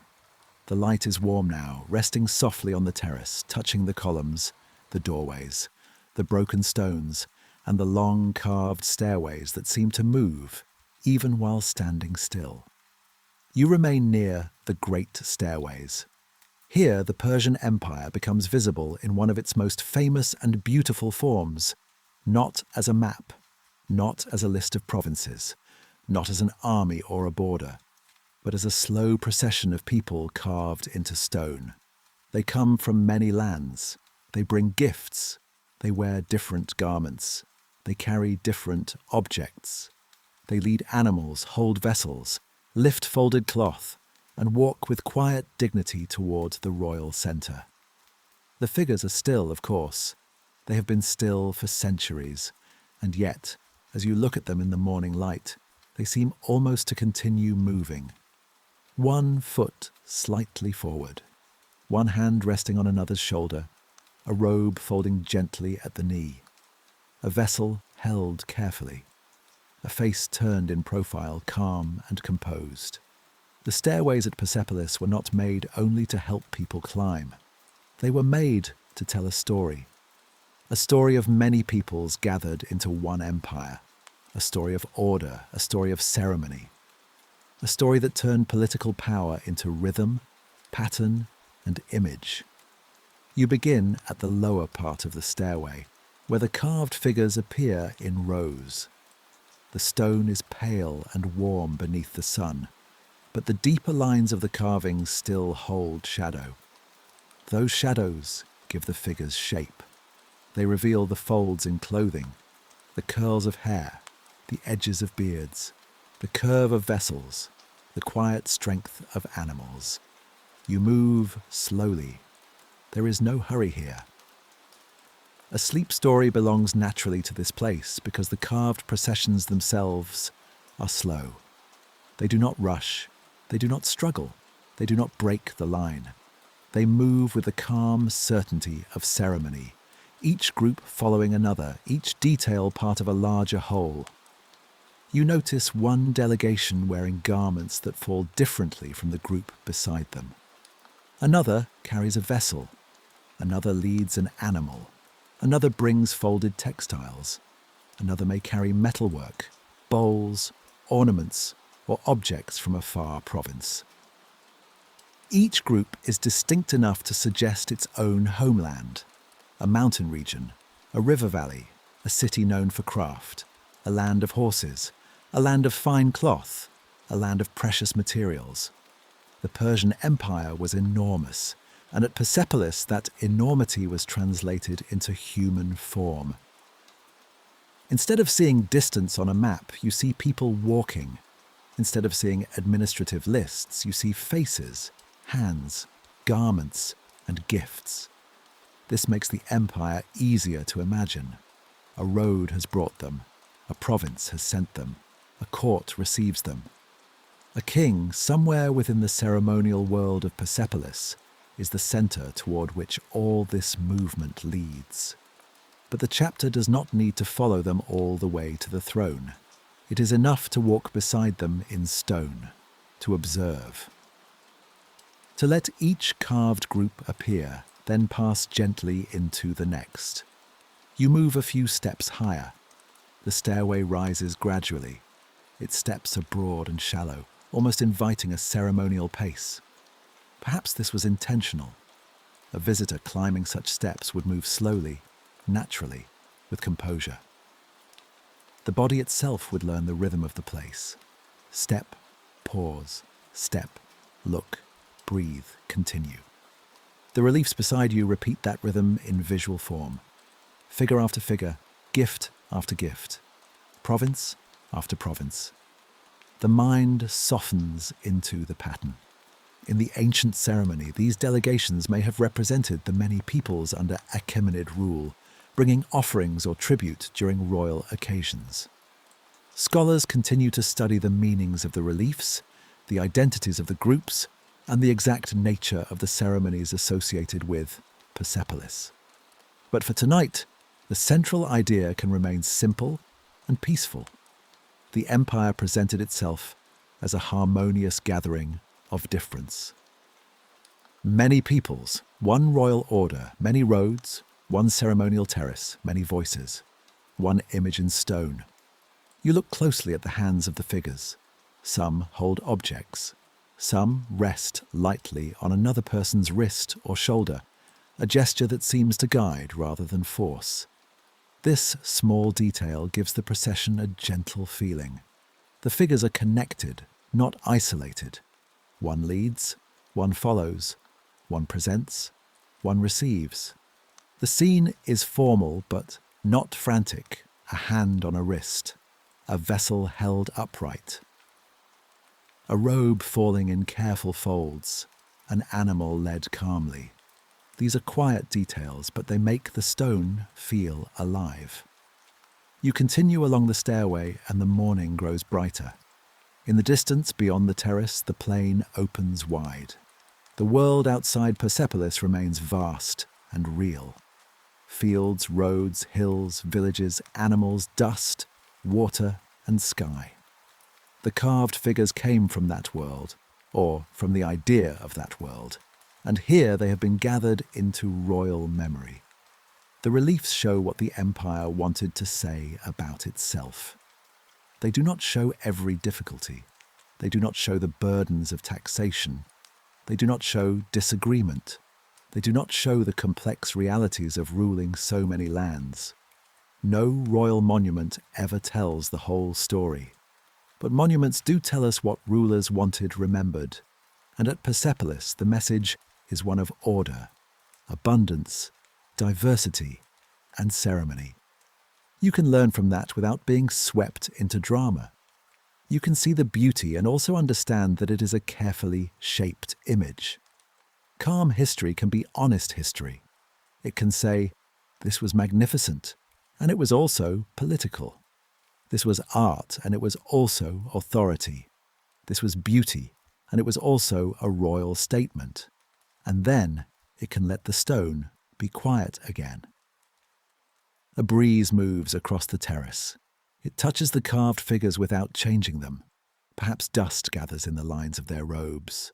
Perhaps sunlight warms their faces. Perhaps, in the cool of evening or the blue of dawn, they seem different again. Ancient stone changes with the hour. At noon it may look sharp and bright. At dusk, soft and golden. At night, almost invisible. This morning it feels calm and clear. You pause before a group leading an animal. The animal's body is carved with care. It moves in profile, guided by the hands of the people beside it. It may represent wealth, identity, and the resources of a particular region. But in this quiet telling, it is also simply an animal, patient and still, forever walking upward in the stone procession. Nearby, another figure carries folded cloth. Textiles mattered in the ancient world. They represented labor, skill, trade, status, and beauty. A folded fabric could carry the work of many hands: shepherds, dyers, spinners, weavers, merchants, packers, and carriers. An object presented at court was never only an object. It was the end of a long chain of human activity. So much of empire is hidden inside things. A bowl carries a mine, a furnace, a craftsman, a road. A garment carries sheep, dye, hands, pattern, and time. A vessel carries clay, water, fire, and skill. A tribute procession carries not only wealth, but the labour and landscapes of distant provinces. You let this thought move slowly through the mind. Every object has a journey. Every figure has a homeland. Every line in the stone points outward toward real places, beyond the terrace. The stairways of Persepolis, then, are not only about arriving at the palace. They are about connecting the palace to the world. They turn the empire into a visible procession, making faraway lands present in the royal heartland. You climb a little higher. The air is warmer now, but still pleasant. The sky is clear, the shadows have shortened. The carved figures continue in their calm rows. At the top, you look back over the route you have imagined so far. The Iranian Plateau at twilight, the early villages and mountain paths, the rise of Cyrus, the gardens of Pasargadae, the canals of Babylon, the many peoples of the empire, the order of Darius, the royal road beneath the moon, the palace city of Susa, Persepolis before dawn. And now, these stairways. All the earlier chapters seem to gather here.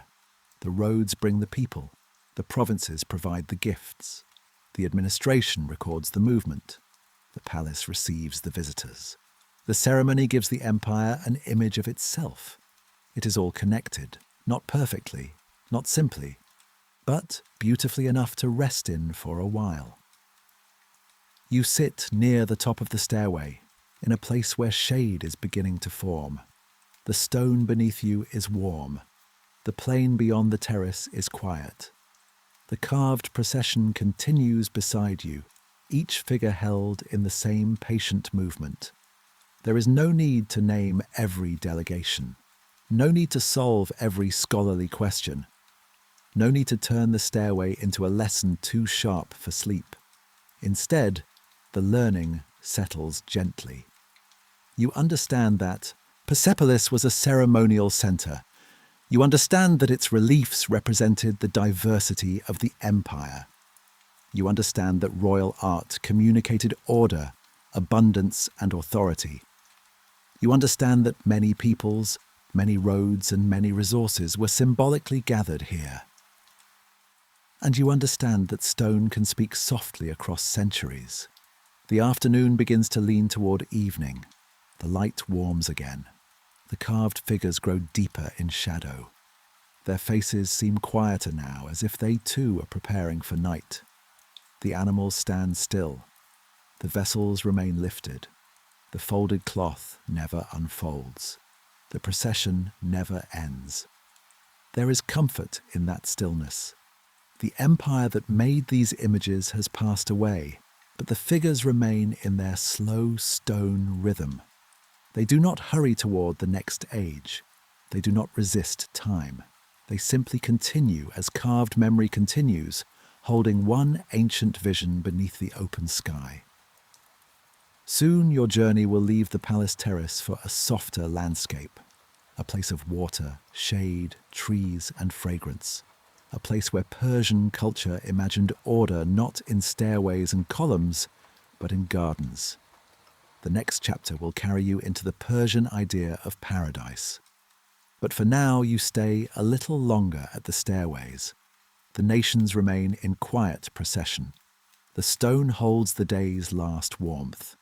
The sky above Persepolis grows pale and spacious, and history, carved into silence, moves slowly enough for sleep. Chapter 12. Gardens, Water, and the Persian Idea of Paradise. After the stone of Persepolis, the story turns toward water, away from the high terrace, away from the carved stairways, away from the formal halls where empire presented itself in columns, reliefs, and ceremony. Now the path leads into a garden. The air changes first. It becomes cooler, softer, more fragrant. You hear water before you fully see it. A quiet movement somewhere ahead, flowing through a narrow channel, touching stone, turning at a corner, continuing patiently beneath the shade. In the dry lands of ancient Persia, a garden was never only a garden. It was a kind of promise, a promise that water could be guided, that shade could be grown, that fruit could ripen, that fragrance could gather, that the harshness of heat and distance could be answered with balance, care, and design. You enter slowly through a simple gateway. Inside, the world feels ordered but natural. Paths divide the space. Trees rise along them. Water channels glimmer in the light. The garden does not overwhelm the senses. It settles them. Everything seems placed with intention, but nothing feels rushed. The Persian word often connected to such enclosed gardens, Pasargadae, would later travel through languages and help shape the word paradise. Its original sense carried the idea of an enclosed or walled garden, a protected and ordered space. Tonight, this idea becomes beautifully simple. Paradise begins as shade, as water, as a place to rest. You walk along one of the paths. The ground is firm beneath your feet, but soft dust gathers near the edges. The water channel runs beside you, reflecting pieces of sky between leaves. Its sound is gentle and continuous, not loud enough to pull the mind awake, but steady enough to guide it. A line of cypress trees stands nearby, tall and dark. Their forms rise calmly into the air, giving the garden a feeling of dignity and stillness. Fruit trees spread more loosely, offering shade and the possibility of sweetness. Pomegranates, figs, perhaps apples, dates in warmer regions, or other fruits depending on place and season. The garden is both practical and symbolic. It provides food, it provides shade, it provides coolness, it provides beauty. It shows that human care can work with a landscape rather than against it. In a royal setting, a garden could also express power. To create water and greenery in a dry region was to show control, wealth, planning, and access to labour. But tonight, that idea is softened. We notice the power, then let it dissolve into the sound of water. For the sleepy listener, the garden becomes a place where history rests. You pause beside a pool. The surface is still except for the faint movement of water entering from one side and leaving from another. The sky appears there, broken only by ripples. Leaves drift quietly. A bird lands at the edge, drinks, and lifts away. Across the garden, a gardener bends to clear a channel. His movements are slow and practiced. He removes a little silt, checks the flow, presses soil back into place, and watches the water continue. This work is humble, but it is essential. Without the gardener, the garden fades. Without maintenance, order becomes dryness again. This is true of empires too. A road must be maintained, a palace repaired, a record kept, a canal cleared, a garden watered. The grandest structures depend on repeated care. You continue walking, and the garden opens into 4 gentle directions. Many later Persian and Islamic garden traditions would develop the idea of divided garden spaces, sometimes associated with water channels, crossing or organising the layout. The exact forms varied across time and place, but the underlying feeling remains clear. Water brings order, and order brings peace. The paths invite you to slow down. One leads toward shade, one toward fragrance, one toward open light, one toward the sound of flowing water. You do not need to choose quickly. A garden allows wandering. A palace tells you where to stand. A road tells you where to go. But a garden tells you to breathe. You follow the path of water. As it flows, it carries the story back through everything you have seen. You remember the dry plateau where water was precious, the early villages where people knew the location of wells, Babylon's canals broad and ancient, the royal roads crossings, Susa's palace gardens, Persepolis rising from a carefully chosen landscape. Everywhere, water has mattered. It has shaped settlement, it has supported agriculture, it has cooled courtyards, it has reflected stars, it has given life to royal visions. In Persia, to guide water was to shape the world. The garden makes that truth gentle. The afternoon light filters through leaves. Shadows move across the path. A warm breeze enters, but the shade softens it. Somewhere bees move among blossoms. Their sound is low and drowsy. The fragrance of plants comes and goes, never too strong, just present enough to make the air feel alive. You pass a place where carpets have been laid beneath trees. Perhaps courtiers once sat here in conversation. Perhaps a king rested in the shade. Perhaps poets, musicians, officials, or guests gathered in such spaces, listening to water while speaking of distant provinces, seasons, horses, harvests, and journeys. The Persian garden is a meeting place between rule and rest. It belongs to royalty, but also to the human need for coolness. It can be political, but it can also be tender. A place where fruit grows, where children might play, where elders might sit, where travellers might recover from heat and dust, where the sound of water makes the mind quieter. You sit beneath a tree. The trunk is solid behind you. Leaves move gently overhead. The water channel continues nearby with the same soft voice it had when you entered. Nothing needs to happen. The story can stay here for a while. This is important in a long sleep story. After many chapters of kings, roads, cities, and ceremony, the mind needs a softer chamber, a place without pressure, a place where learning becomes atmosphere. So the narrator speaks only lightly now.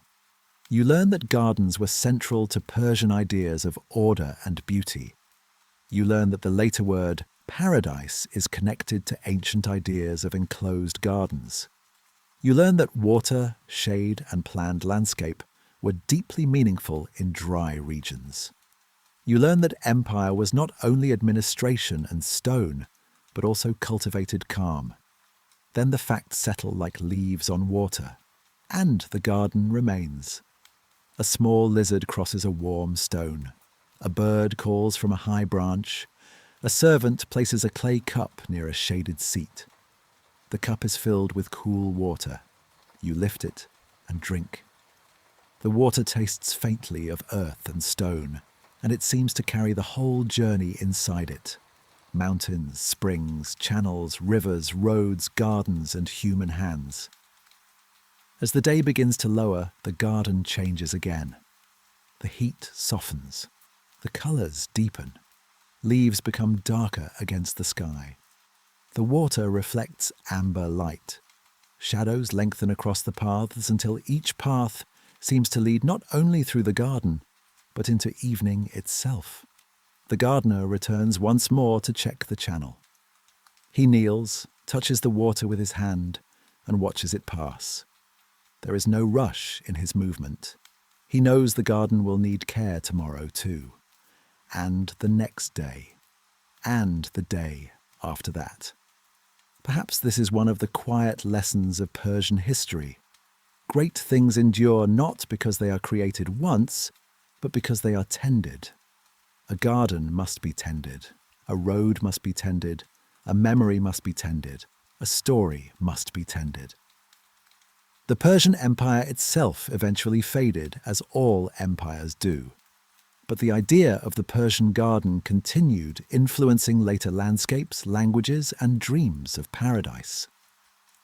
Long after kings and satraps were gone, people still imagined peace as a place of water, trees, shade, and order. That image remains powerful because it is simple. The body understands it after heat, shade, after thirst, water, after distance, rest, after noise, quiet. Evening arrives fully now. Lamps are lit along the garden paths. Their reflections tremble in the water channels. The sky above the trees turns blue, then deeper blue. The first stars appear between branches. You rise slowly and walk once more through the garden. The sound of water follows you, not loudly, just enough. At the gateway, you look back.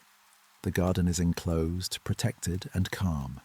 Inside it, the world feels balanced. Outside, roads continue, palaces stand, cities breathe, and history moves forward. But for this chapter, the garden has given you a place to pause. Soon the story will move into quieter rooms of writing, languages, and clay tablets. It will visit archives where scribes preserve the details of the empire in patient marks and records. But tonight, before that, you carry the garden with you. The shade, the water, the leaves, the slowly fading light. The Persian idea of paradise not as something distant and unreachable, but as a cool path, a flowing channel, a tree at evening, and a place where the mind can finally rest. The garden grows quiet behind you. The water continues, and the night settles softly over the trees. Chapter 13. Writing, Languages, and Clay Tablets. After the garden, the story becomes quieter still. The sound of water fades behind you, though it seems to remain somewhere in memory. A channel turning through shade, a pool holding the last light, leaves moving softly above a path. Now, the journey leads indoors, away from the open courtyards, away from the bright terrace of Persepolis, away from roads and gardens and palace gates.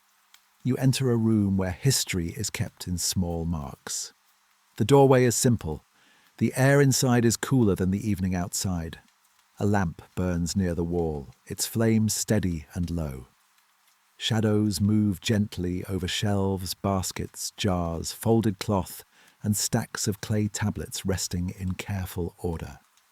This is not a throne room. It is not a ceremonial hall. It is not a place that would usually appear first in a grand story of empire. And yet, without rooms like this, the Persian Empire could not have functioned. Here, in quiet administrative spaces, scribes preserved the daily life of power. They recorded goods, they recorded workers, they recorded rations, they recorded animals, they recorded journeys, they recorded names that might otherwise have disappeared completely. The room is still, except for the soft sound of a writing tool pressing into clay. A scribe sits near the lamp, bent slightly over his work. His movements are patient. not hurried. He does not write as someone chasing a dramatic moment. He writes as someone trained in repetition, accuracy and habit. A mark, a pause, another mark, a line checked. A tablet turned slightly in the hand. The Persian Empire was a world of many languages. Old Persian, Elamite, Akkadian, Aramaic, Egyptian, and many local tongues all belonged in some way to the wider imperial landscape. Not everyone spoke the same language. Not every region recorded things in the same way. Not every official worked from the same tradition. This variety could have made empire impossible, but writing helped manage it. Translation helped manage it. Scribes helped manage it. You move closer, quietly, and watch the scribe work. The clay tablet before him is small enough to hold, but it contains something important. Perhaps an allocation of grain, a list of workers, a delivery of wine, a record of animals, or a note about travel provisions. It may seem ordinary, but ordinary things are exactly what keep large systems alive. A palace needs food, a road station needs animals, a worker needs rations, a storehouse needs records, a governor needs reports, a king needs information. And so, the empire writes. Not always in one language, not always on one material, not always in one script, but again and again across many places, information is captured before it can fade. You imagine the different languages of the empire as streams moving towards the same river. One stream comes from Babylon, with its long scribal tradition and cuneiform tablets. Another comes from Elam, old and deeply rooted in southwestern Iran. Another comes from the Persian court, where royal inscriptions make the king's voice visible. Another comes through Aramaic, a language widely used for communication across the empire, practical and flexible, able to travel with officials and merchants over great distances. The empire does not speak with one voice only. It speaks in layers. Some voices are royal and formal. Some are administrative, some local, some practical, some ceremonial. Together they form a quiet chorus of rule. The lamp flickers. The scribe reaches for another tablet. Nearby, a second worker checks a list against stored goods. He lifts the cover from a container, looks inside, counts, and replaces it. Another person ties a cord around a bundle. A seal is prepared. There is no excitement here, only carefulness. And carefulness, in a place like this, is a kind of power. The great terrace of Persepolis may show the empire in stone, but its archives show the empire in detail. They reveal not only kings and delegations, but also workers, supplies, journeys, payments, and food. They remind you that history is not only what rulers announce, it is also what administrators record, because someone must know where the grain has gone. A tablet is placed gently on a shelf. Another is picked up. A basket is moved. A seal is pressed. The rhythm is almost like breathing. You begin to understand the ancient world not as silent, but as quietly busy with information. A royal order might travel along a road. Local official might send a report. A storehouse might receive goods. A scribe might record them. A messenger might carry a sealed document farther on. Writing turns a moment into memory. A spoken instruction can vanish. A clay tablet can remain. Of course, not everything was preserved. Most lives still passed without leaving names in the great historical record. Countless farmers, servants, mothers, children, shepherds, cooks, builders, and travellers lived real lives that writing did not capture fully. But some traces remain. A ration, a job title, a place name, a delivery, a seal impression. Small things but meaningful, like footprints in dust that somehow survived the wind. You walk through the archive slowly. The shelves hold more than records. They hold distance. A tablet from one place, a report from another, a list connected to a palace, a road, a workforce, a garden, a delegation, a storehouse. Each object is modest. Together they form an empire of details. Outside, the evening deepens. Inside, the lamp continues to burn. The room smells faintly of clay, oil, dust, and woven reeds. The walls hold the day's coolness. Voices are low. A young apprentice sits near the back, practicing signs. His marks are not yet as steady as his teacher's. He presses too deeply once, then smooths the clay and tries again. Learning to write is also learning patience. The hand must obey the mind. The mind must remember forms. The eye must notice mistakes. In this quiet apprentice, you see another kind of continuity. Knowledge passed from one person to another, not in battle, not in ceremony, but in practice, again, again, again. The empire depends on this too. A trained scribe can serve a palace. A trained translator can connect peoples. A trained record keeper can prevent confusion. A trained messenger can carry official words correctly. Education, in this sense, becomes part of the hidden structure of empire. You pause near a table where seal impressions are kept. A seal is a small thing, but it carries authority. Rolled or pressed into clay, it identifies, confirms, protects, and controls. A sealed tablet says, "This message matters. This bundle has been checked. This order belongs to someone with the right to send it." The seal turns clay into trust. And trust, in a large empire, is essential. A message may travel far from the person who issued it. The receiver may never see the sender. Distance creates uncertainty. A seal helps close that distance.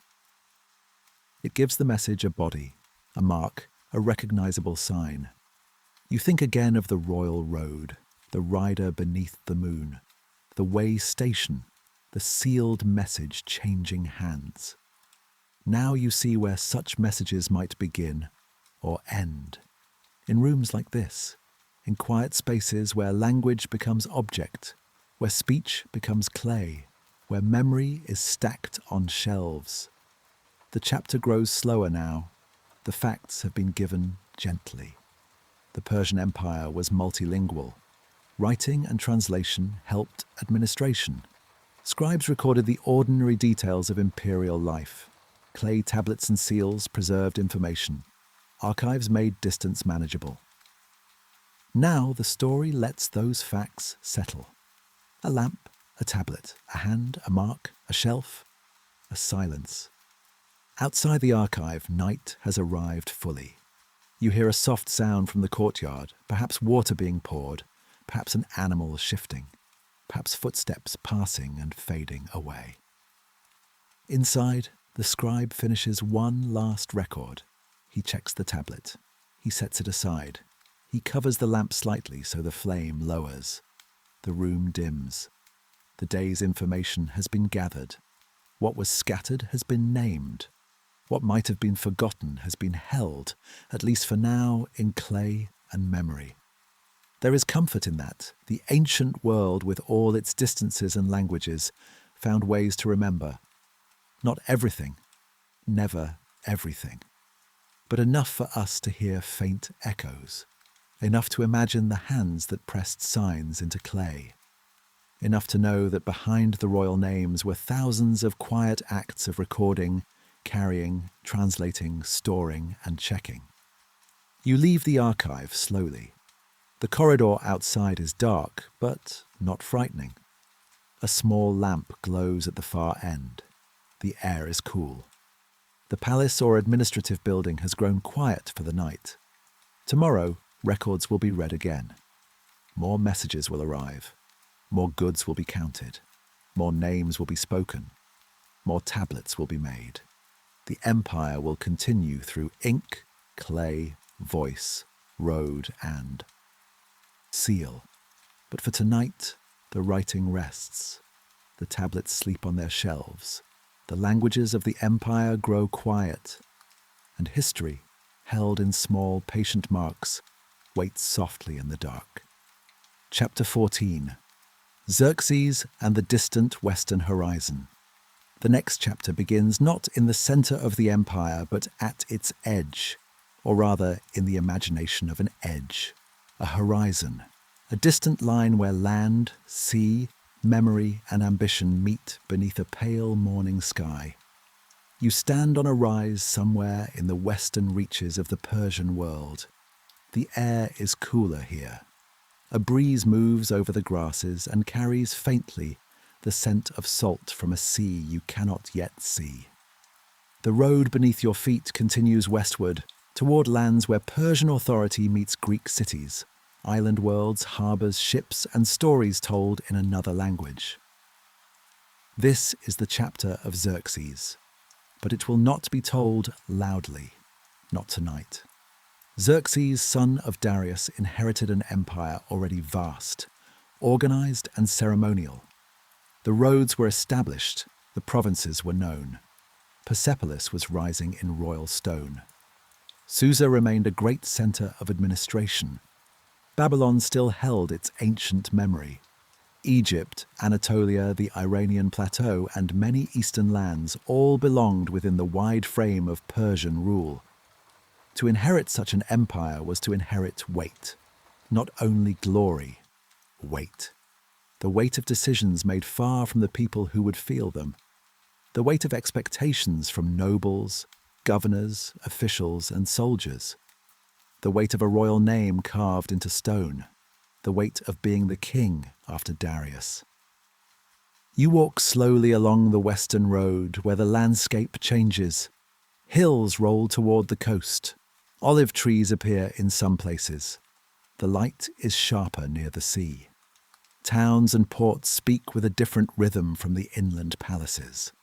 Ships move goods and messages in ways that roads cannot.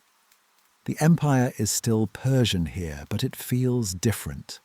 Edges always feel different. At the center, authority may seem solid. At the edge, it becomes conversation, negotiation, presence, distance, and sometimes strain. The western horizon was one of those places where Persia looked outward and encountered the Greek world. The Greco-Persian wars are often told as dramatic stories. Armies, ships, battles, famous names, sharp speeches, heroic images. But in this sleep story, those conflicts remain far away, softened by distance. You do not stand in the middle of them. You do not hear their noise. You only see the wider setting in which they took place. A great empire looking toward a restless western sea, and small Greek communities with their own fierce identities looking back. History can be learned without waking the mind too sharply. So we let the conflict stay on the horizon. A line of ships far away, a messenger arriving tired, a court considering reports, a road carrying supplies, a ruler making choices within a world of pressure. Xerxes becomes, in this gentler telling, not a symbol of danger, but a figure of inheritance. He stands inside a system built before him. He continues royal building projects. He leaves inscriptions. He is connected with Persepolis, where his gateway, the gate of all nations, still gives visitors a sense of imperial ceremony. You have already passed through that gate in the soft light before dawn. Now you imagine the king whose name is attached to it, a ruler moving through halls built to magnify kingship. A man surrounded by protocol, a son of Darius, a king of many lands, a person who, like all rulers, lived within the limits of his age, his advisors, his expectations, his inherited ambitions, and the stories others would later tell about him. The Greeks remembered Xerxes in one way. Persian monuments present royal power in another. Modern history stands between them, listening carefully. This is a useful lesson and a calm one. History is not only what happened, it is also what was recorded, who recorded it, why they recorded it, what they admired, what they feared, what they misunderstood, what they wanted future generations to believe. The story of Xerxes asks us to listen gently to multiple voices: Greek voices, vivid and dramatic; Persian voices, formal and royal; archaeological voices, quiet and material, stone; inscription, column, gate, road, tablet. Each gives a different kind of evidence. You continue walking toward the western horizon. The sea is visible now, a strip of blue beneath the sky. It moves softly in the distance, catching morning light. You do not go down to the shore. You only stand above it, watching. The sea feels different from the roads of Persia. Roads can be measured, maintained, stationed and crossed step by step. The sea is more changeable. It belongs to winds, currents, ships, storms, harbours, and sailors' knowledge. For an empire rooted in land routes, the Western Sea presented another kind of world. Persian power could reach it, use it, cross it, and command fleets from subject peoples. But the sea always had its own mood. You listen to the faint sound of waves far below, soft, repetitive, unhurried. The chapter remains calm. It does not need to retell each campaign. It does not need to count losses. It does not need to sharpen east against west, as older histories sometimes did.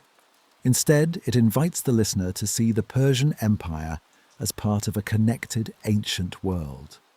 Persia and Greece were not separate planets of civilization. They traded, fought, influenced, described, misread, feared, and remembered each other. Their contact shaped history, but it also shaped storytelling. The Western horizon was not only a border, it was a mirror. Each side saw something in the other, and then turned that vision into memory. You turn away from the sea now and imagine the road back toward the interior. Messages travel east from the coast. Reports reach satraps. Satraps send information onward. At Susa, officials listen.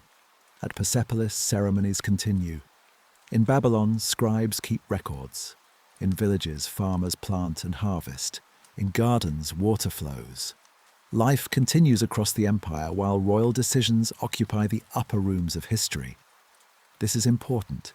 Even during the reigns most associated with conflict, most people spent most days doing ordinary things: preparing meals, tending animals, repairing tools, teaching children, carrying water, counting goods, watching weather, sleeping when the day was done.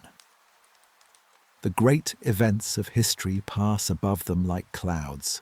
Sometimes those clouds bring rain, sometimes shade, sometimes storm, but daily life remains the ground beneath them. For sleep, we stay close to that ground. A roadside inn appears in the late afternoon. The road inland is dusty and pale.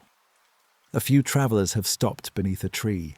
One has come from the coast and speaks quietly of ships. Another is headed east with goods. A third listens without speaking, half asleep in the shade.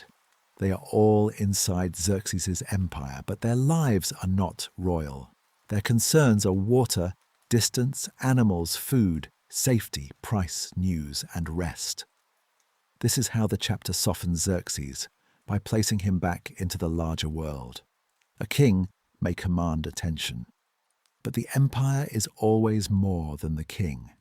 It is the road beneath the traveller, the shade above the resting animal, the tablet in the archive, the gate at Persepolis, the sea at the horizon, the farmer at dusk, the lamp in Babylon, the garden channel flowing patiently.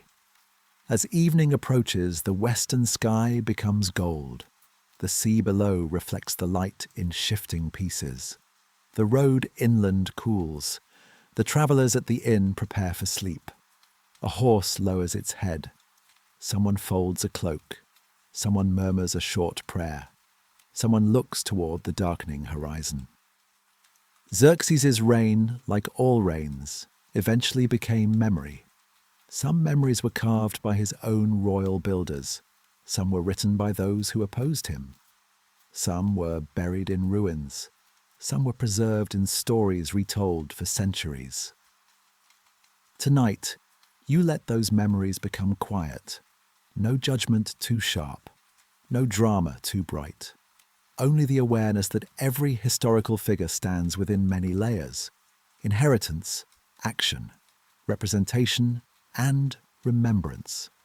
The stars appear, first one, then another. The same stars above Persia's heartland, the same stars above the royal road, the same stars above Persepolis, the same stars above the western sea. The chapter ends with that shared sky. Behind you, the empire stretches eastward. Roads, cities, gardens, archives, palaces, villages, and mountains. Before you, the western horizon darkens into night. Between them stands the memory of Xerxes, a king often remembered through conflict, but here held gently within the broader story of an empire that was still moving, working, building, recording, and dreaming beneath the stars. Soon your journey will leave royal names behind for a while and return to the quiet lives beneath the empire. The bakers, farmers, camel drivers, textile workers, cooks, gardeners, children, families, the people who made the ancient world real. But for now, the western road rests. The sea is dark. The inn is quiet. And history softens into night. Chapter 15. The quiet lives beneath the empire. After the western horizon fades into night, the story turns away from kings, away from Cyrus, away from Darius, away from Xerxes, away from royal roads, palace gates, carved stairways, and inscriptions in stone. Now, the story lowers its gaze. It returns to the ground, to the courtyards, fields, kitchens, workshops, stables, markets, gardens, and quiet rooms where ordinary people lived beneath the wide roof of the Persian Empire. Because every empire, however vast, is made of daily life. A king may rule from Susa or Persepolis. A satrap may govern a province. A messenger may ride through the night, carrying a royal order. But somewhere before dawn, a baker wakes to prepare bread. Somewhere a farmer steps into a field and looks at the sky. Somewhere a mother lifts a child from sleep. Somewhere a potter turns clay with steady hands. Somewhere a gardener clears a channel so water can keep moving. These lives rarely fill the grand histories, but they are the texture of the ancient world.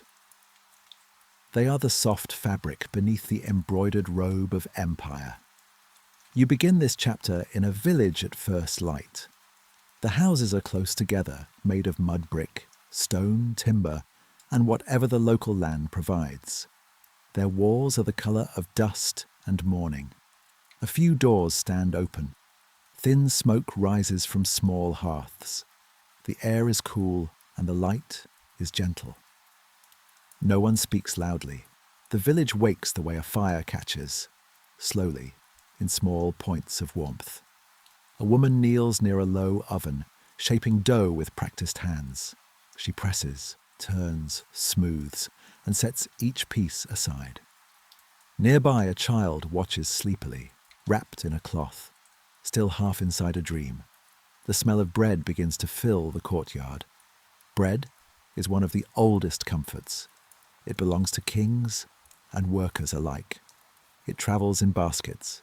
It waits beside bowls of dates, onions, cheese, lentils, herbs, or whatever the region provides. It is broken at dawn, carried into fields, shared beside roads, eaten in the shade, placed before guests, and remembered by the body as warmth and safety. The woman at the oven may not know much of royal ceremony. She may never see Persepolis.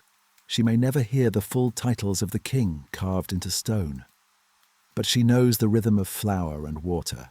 She knows how heat behaves. She knows when the bread is ready by smell, colour and touch. This is knowledge too.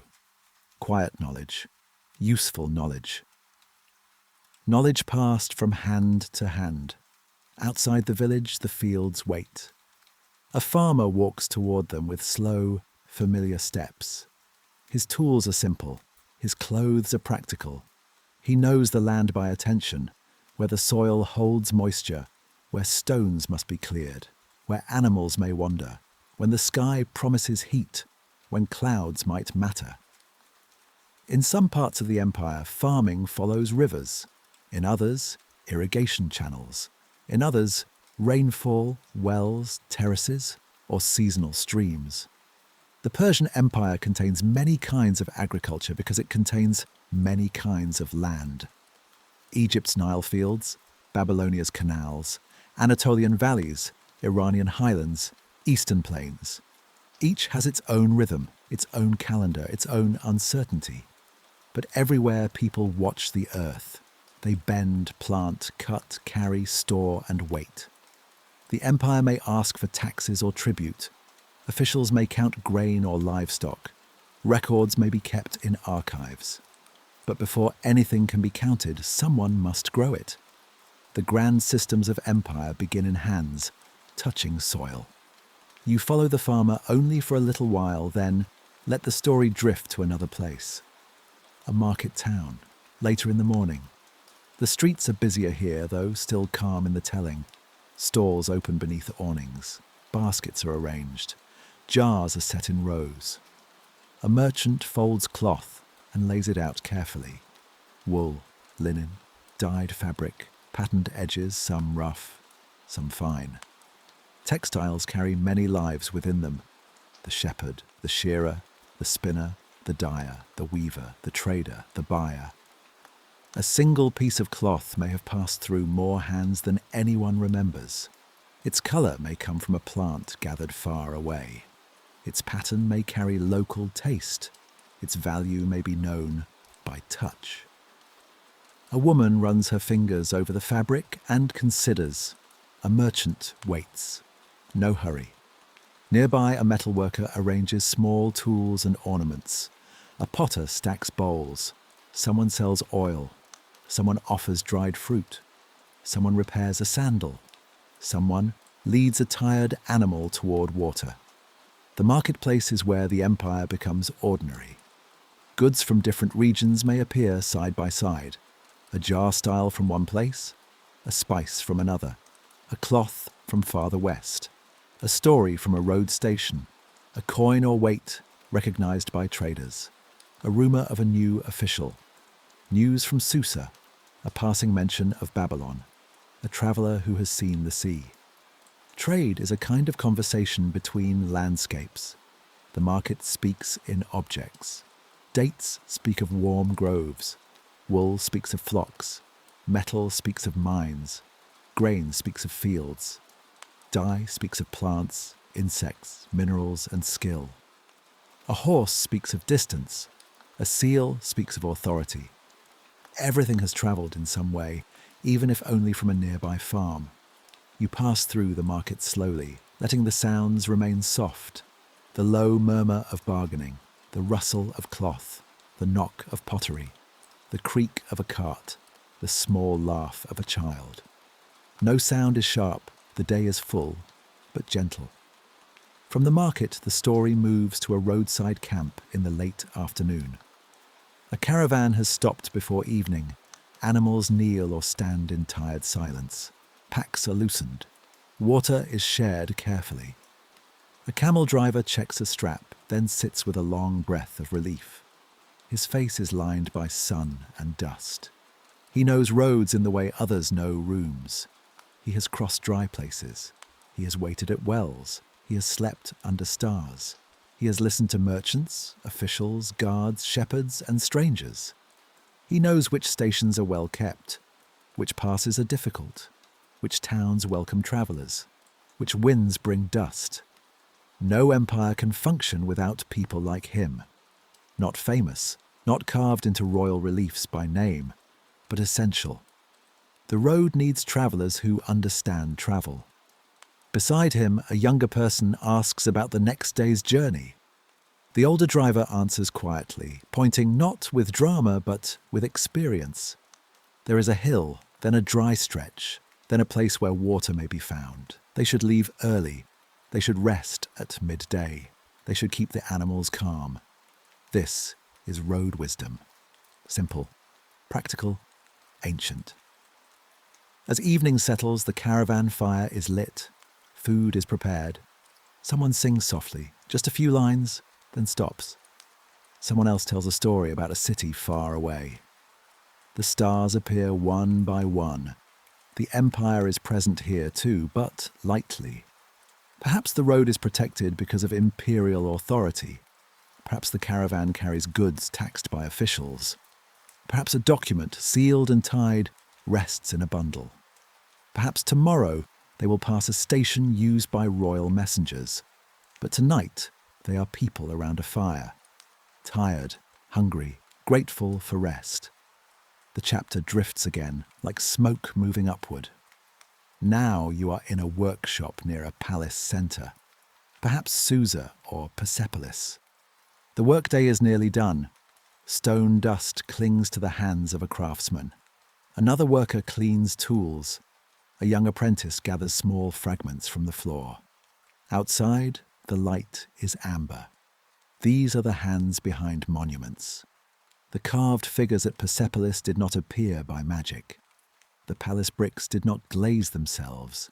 The columns did not rise without labour. The gardens did not water themselves. The archives did not fill themselves with tablets. Workers made the visible empire. Some were skilled specialists. Some were labourers. Some came from different parts of the empire. Some may have been paid in rations recorded carefully by scribes. Some travelled far from home to work on royal projects. You imagine one craftsperson pausing at the end of the day, looking at a stone's surface he has shaped. The line is clean.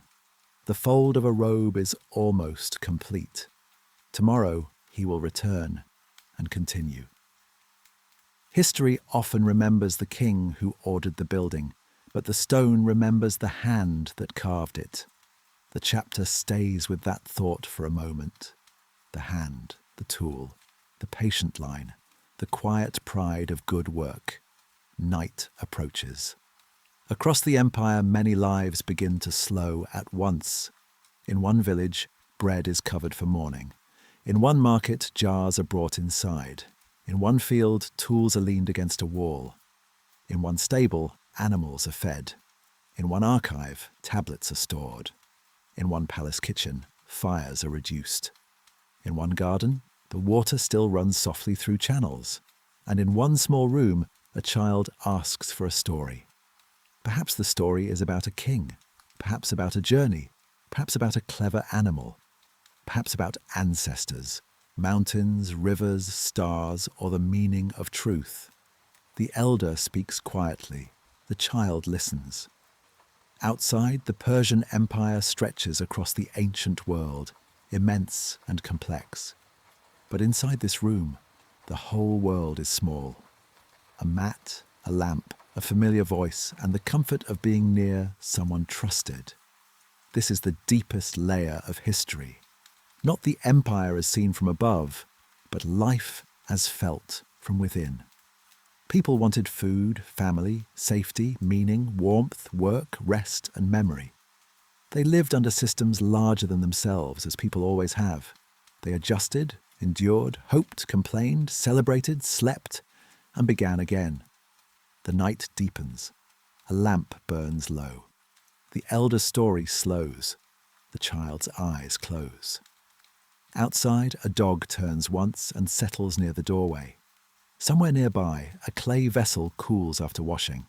The last conversation fades. The quiet lives beneath the empire rest. And now, after so many roads, cities, palaces, gardens, kings, and archives, the story understands something simple and important.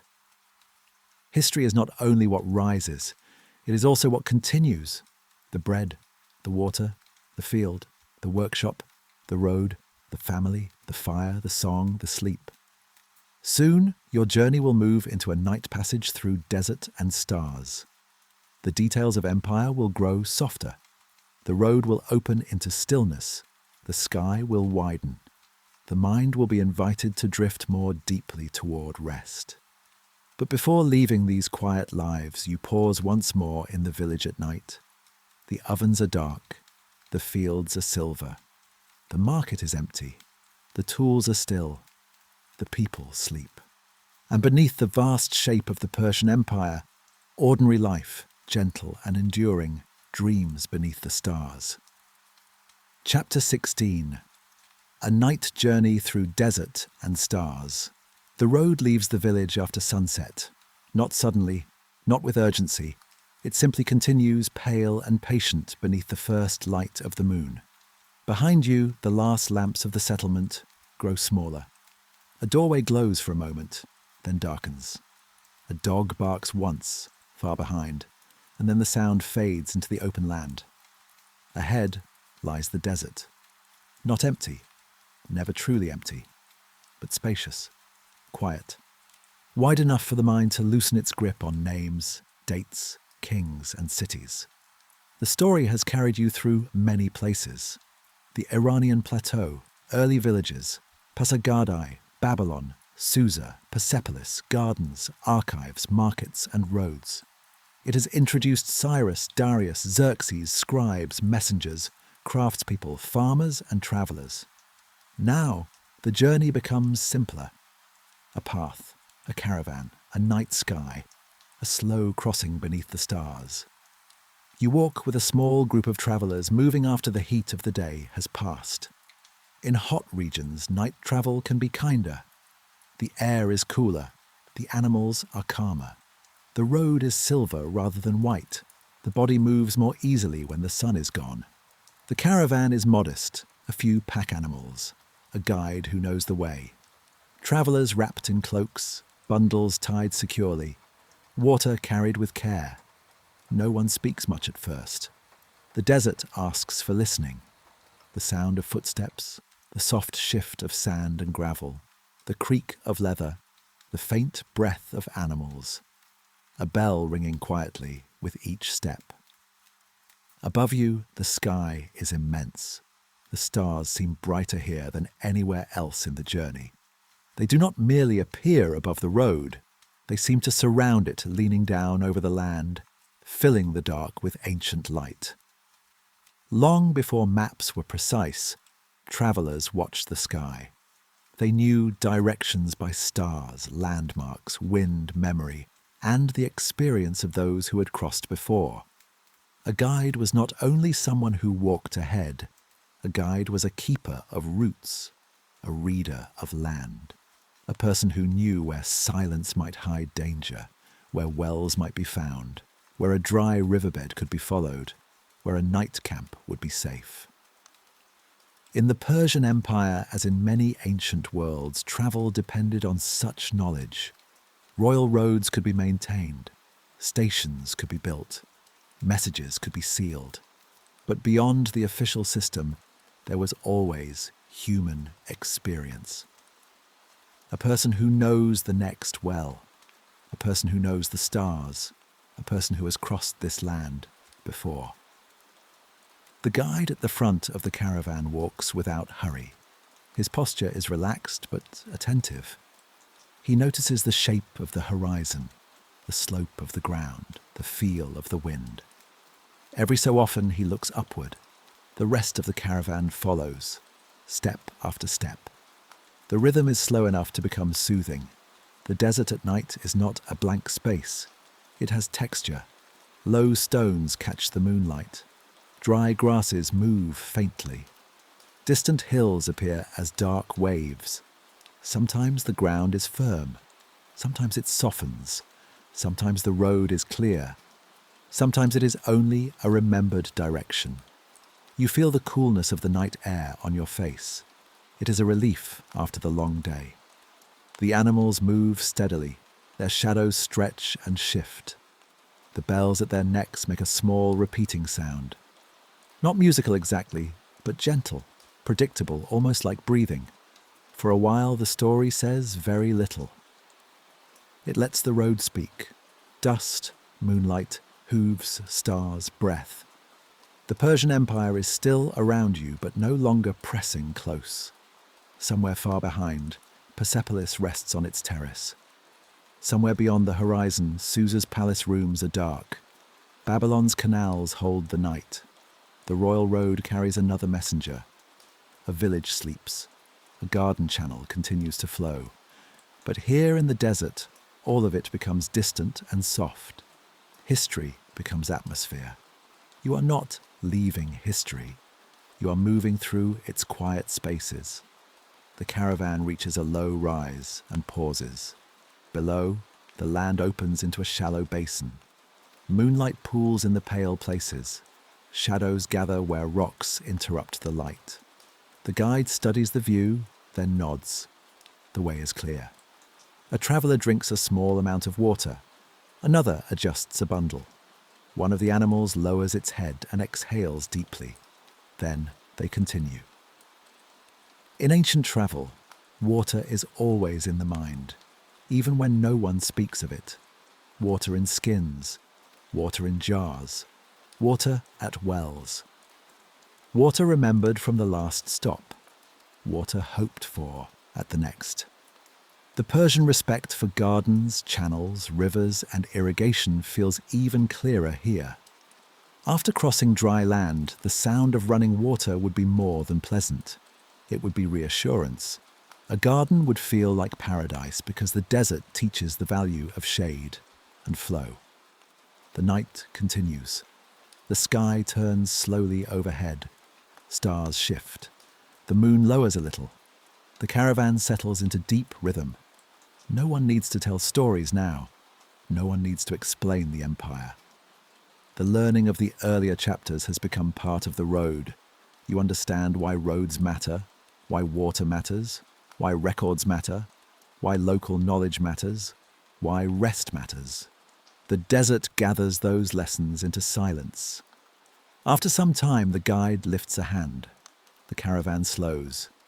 Ahead, near a cluster of low trees and stones, there is a resting place, perhaps a small well, perhaps a known stop used by travellers moving between settlements.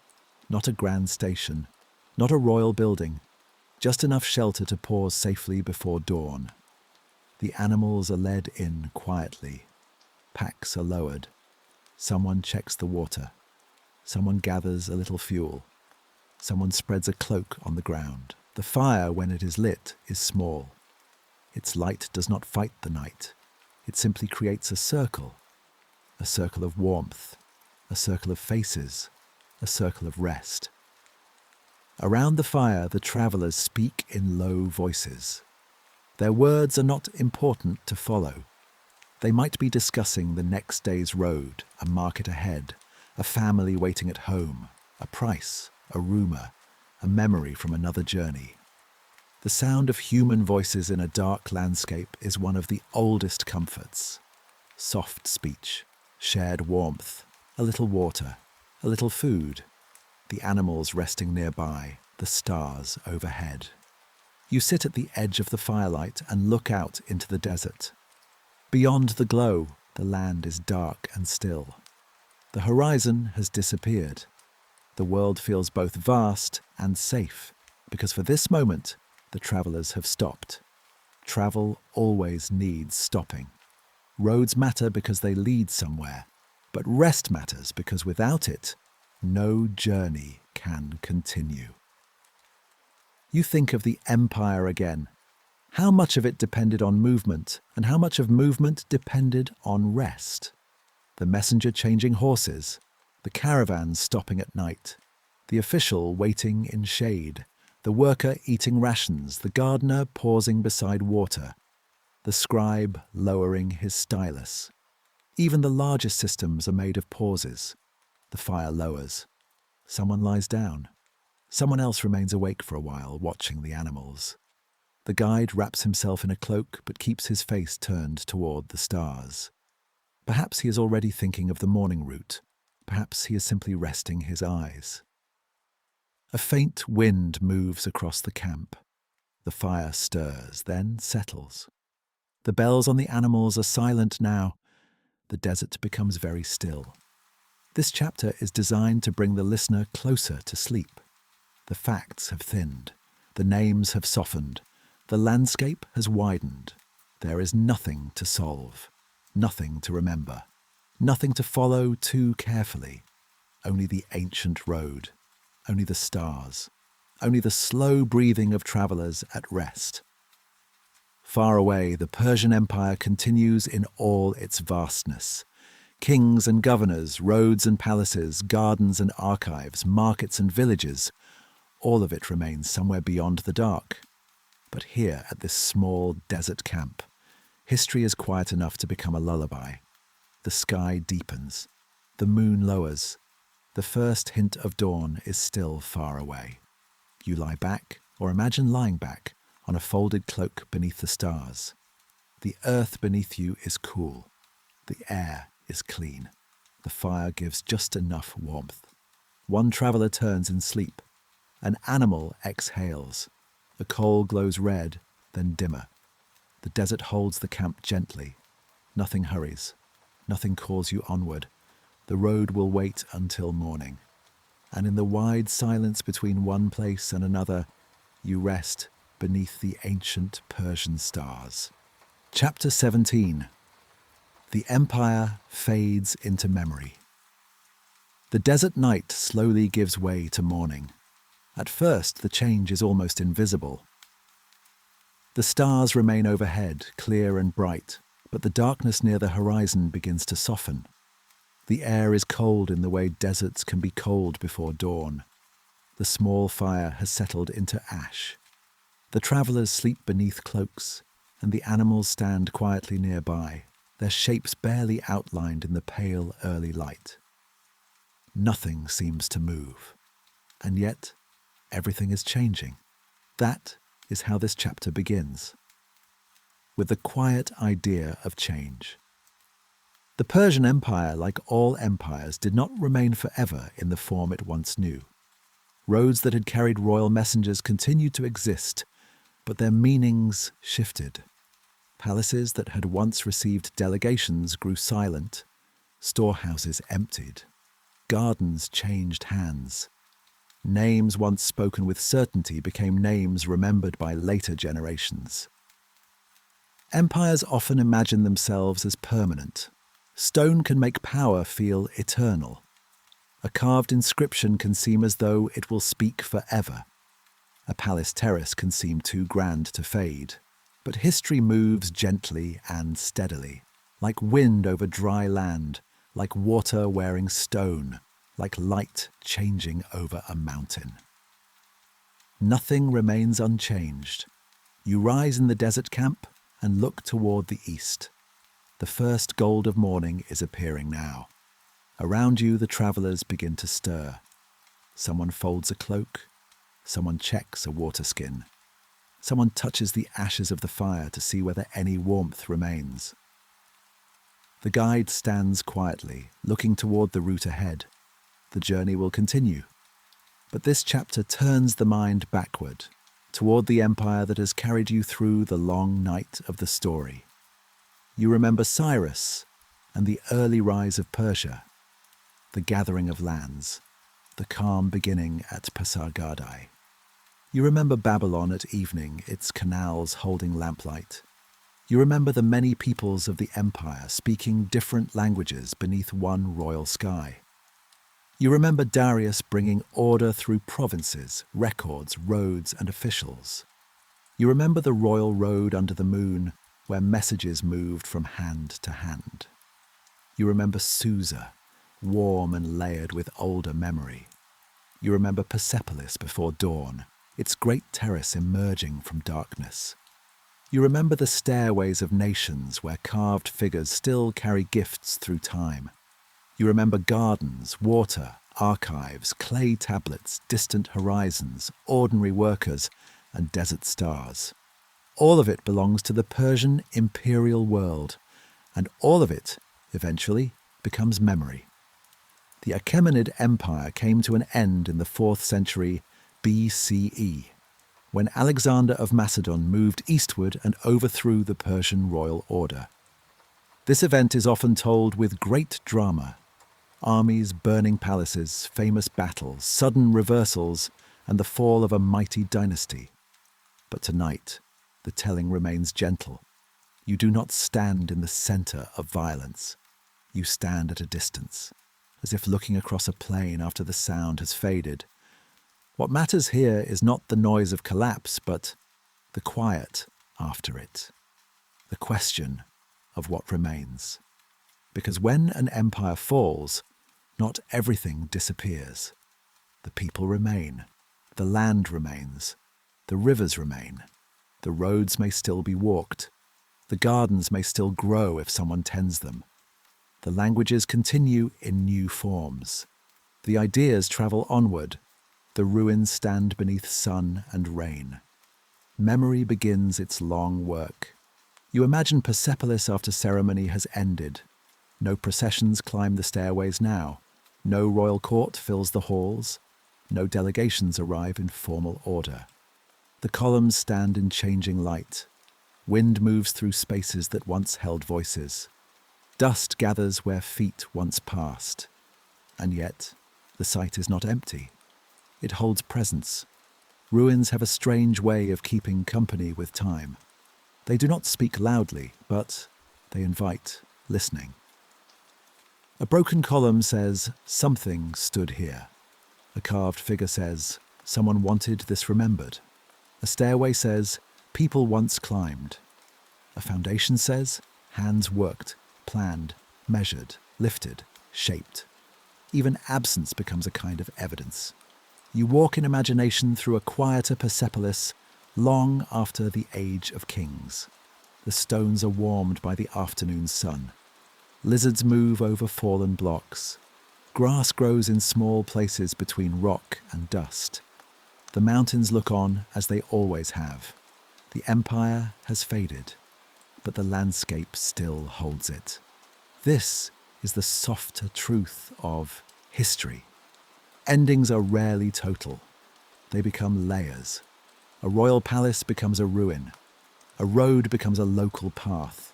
An old name becomes a story. A story becomes a question. A question becomes a field of study. A field of study becomes a way for people thousands of years later to listen again. You are listening now. Not to every detail, not to every argument, only to the deep, slow movement from life to memory. The story moves from Persepolis to the royal road. Perhaps parts of it are still used by later travellers. Perhaps its stations change purpose. Perhaps bridges are repaired by new authorities. The dust does not care whose empire rules above it. The road remains useful because people still need to move. A merchant travels, a family relocates, a messenger rides for a different king, a farmer crosses from one village to another. The road, once imperial, becomes simply a road again. This too is peaceful. Human needs outlast political forms: water, food, shelter, travel, trade, rest, family, memory. These continue. You think of Babylon, older than Persia and still old after Persia. Its canals, temples, and streets have already seen many powers come and go. For Babylon, the Persian period becomes one layer in a longer life. The city continues under new rulers, carrying the weight of older stories and newer changes. You think of Egypt, where the Nile still rises and falls, of Anatolia, where markets still open, of the Iranian Plateau, where villages still wake beneath the same sky, of gardens where water still moves if someone clears the channel. The empire fades, but life does not end with it. This chapter is about letting history become quiet without becoming lost. A tablet survives, a relief survives, a tomb survives, a Greek account survives, a royal inscription survives, a broken seal survives, a carved robe, a vessel, a name, a place, a memory. Each is small compared with the empire that made it, but each is enough to begin listening. The morning in the desert is brighter now. The caravan prepares to leave the resting place. Packs are tied. Animals are guided back toward the road. The fire is covered with earth. Nothing is wasted. Nothing is rushed. You continue walking, but the pace is slow. The road now feels less like a route through the empire and more like a route through time. Behind you, the Persian Empire is no longer alive as a political power. Ahead of you, it becomes history, then legend, then scholarship, then imagination, then tonight, a sleep story. That is another kind of journey, the movement from event to memory, from memory to telling, from telling to rest. The sun rises higher, the desert warms. The guide leads the caravan toward a line of low hills. On the other side, perhaps there will be water, perhaps a village, perhaps a road that turns toward the Persian heartland once more. You think of Cyrus's tomb at Pasargadae, quiet on the plain, a simple form beneath a wide sky. You think of how powerful lives end in stillness, how royal names become inscriptions, how monuments become places where birds land, how the world continues. There is comfort in this, not sadness exactly, more like acceptance. The Persian Empire was vast, but it was not forever. No empire is. But its influence did not vanish when its dynasty ended. Persian administrative ideas, royal imagery, road systems, garden traditions, artistic forms and memories continue to echo through later cultures and later empires. Its traces were carried forward, changed, adapted, admired, misunderstood, rediscovered and studied. History is not a closed door. It is a long corridor of echoes. Some echoes are faint, some remain clear. The Persian echo is still heard in stone terraces, in garden ideals, in royal inscriptions, in ancient accounts, in archaeological work, in language, in art, and in the enduring fascination with a civilization that learned to hold many peoples within one immense frame. The chapter now grows softer, less analytical, more spacious. The caravan stops again near midday beneath a sparse line of trees. There is shade here, thin but welcome. A small channel or spring moves nearby. The sound is faint. The travellers sit and rest. You sit as well. You let the story settle. You do not need to hold every king's name. You do not need to remember every date. You only need the shape of the journey, a land of mountains and plains, a people rising, a founder remembered, an organiser shaping order, a road under moonlight. Palace of many languages, a terrace of carved nations, a garden of water and shade, an archive of patient marks, a desert of stars, and finally, an empire fading into memory, leaving traces for the future to find. The afternoon passes quietly. Light moves across the ground. A breeze shifts the leaves. Someone pours water into a cup. The cup is passed from one traveller to another. This simple act feels like the whole story in miniature. What is received is passed on. Water, knowledge, memory, history. The Persian Empire received from older civilizations. It shaped those inheritances into something new. Later worlds received from Persia changed what they inherited and carried it onward. A cup passed through time. Hands change. The water continues. As evening approaches, the caravan reaches a place where the land opens again. The sky becomes wide. The horizon glows with the familiar colours of dusk. Gold, rose, violet, blue. You stand quietly and watch the light fade. This chapter does not end with a fall. It ends with a soft continuation. The empire has faded, but the stars are returning. The roads are quiet, but not gone. The stones are silent, but not empty. The names are ancient, but still spoken. And memory, like the first evening breeze over the Iranian Plateau, moves gently across the land. Soon, the final chapter will return you to Persepolis. Not in darkness this time, but at dawn. A last visit, a final quiet walk among the stones, a place where the whole journey can settle into stillness. But for now, the empire rests in memory. The evening deepens. The caravan fire glows softly, and history, having travelled so far, begins to close its eyes. Chapter 18, Dawn over Persepolis. The final chapter begins before sunrise. Once more you are near Persepolis. The journey has curved back to the Persian heartland, back to the great terrace beneath the mountains, back to the place where stone, ceremony, memory, and silence meet. The sky is still dark, but only just. There is a pale line in the east, a promise of morning. The air is cool, the land is quiet. No caravan bells sound now, no market opens, no messenger rides past, no scribe presses marks into clay, no palace servant crosses a courtyard. Everything is still. You stand at the edge of the plain and look toward the terrace. It rises ahead in shadow, familiar now. Earlier in the story, you approached it for the first time before dawn.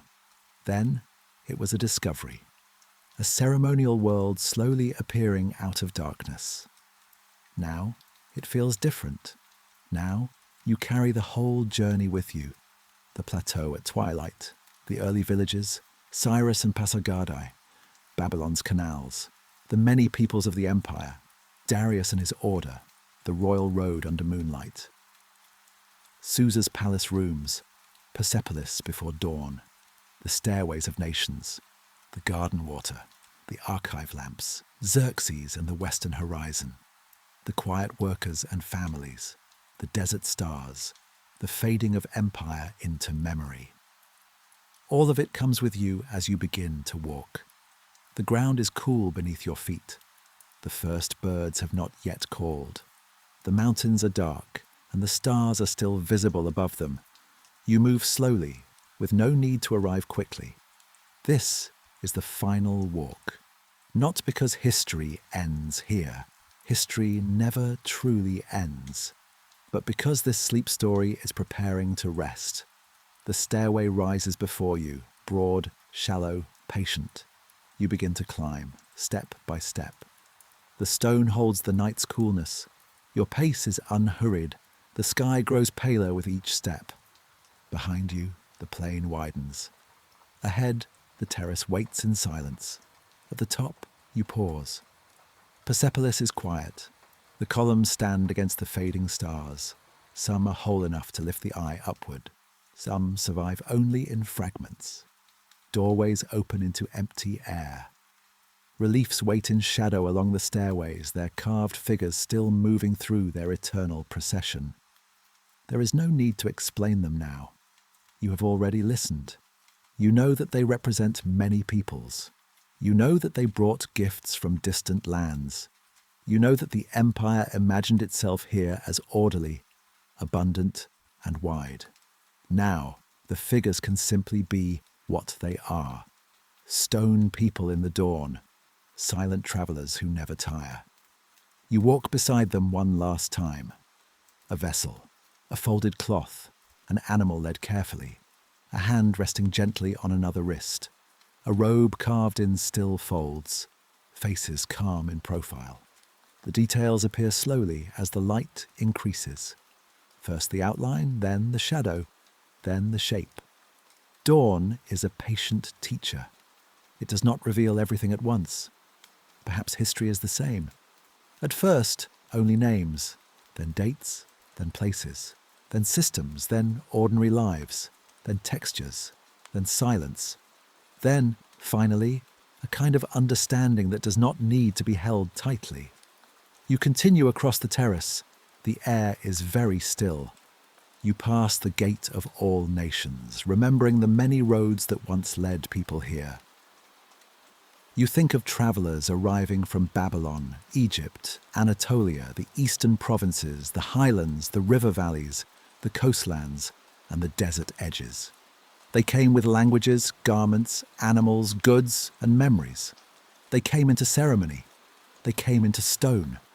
And then, like all people, they returned to life, to roads, to homes, to meals, to families, to work.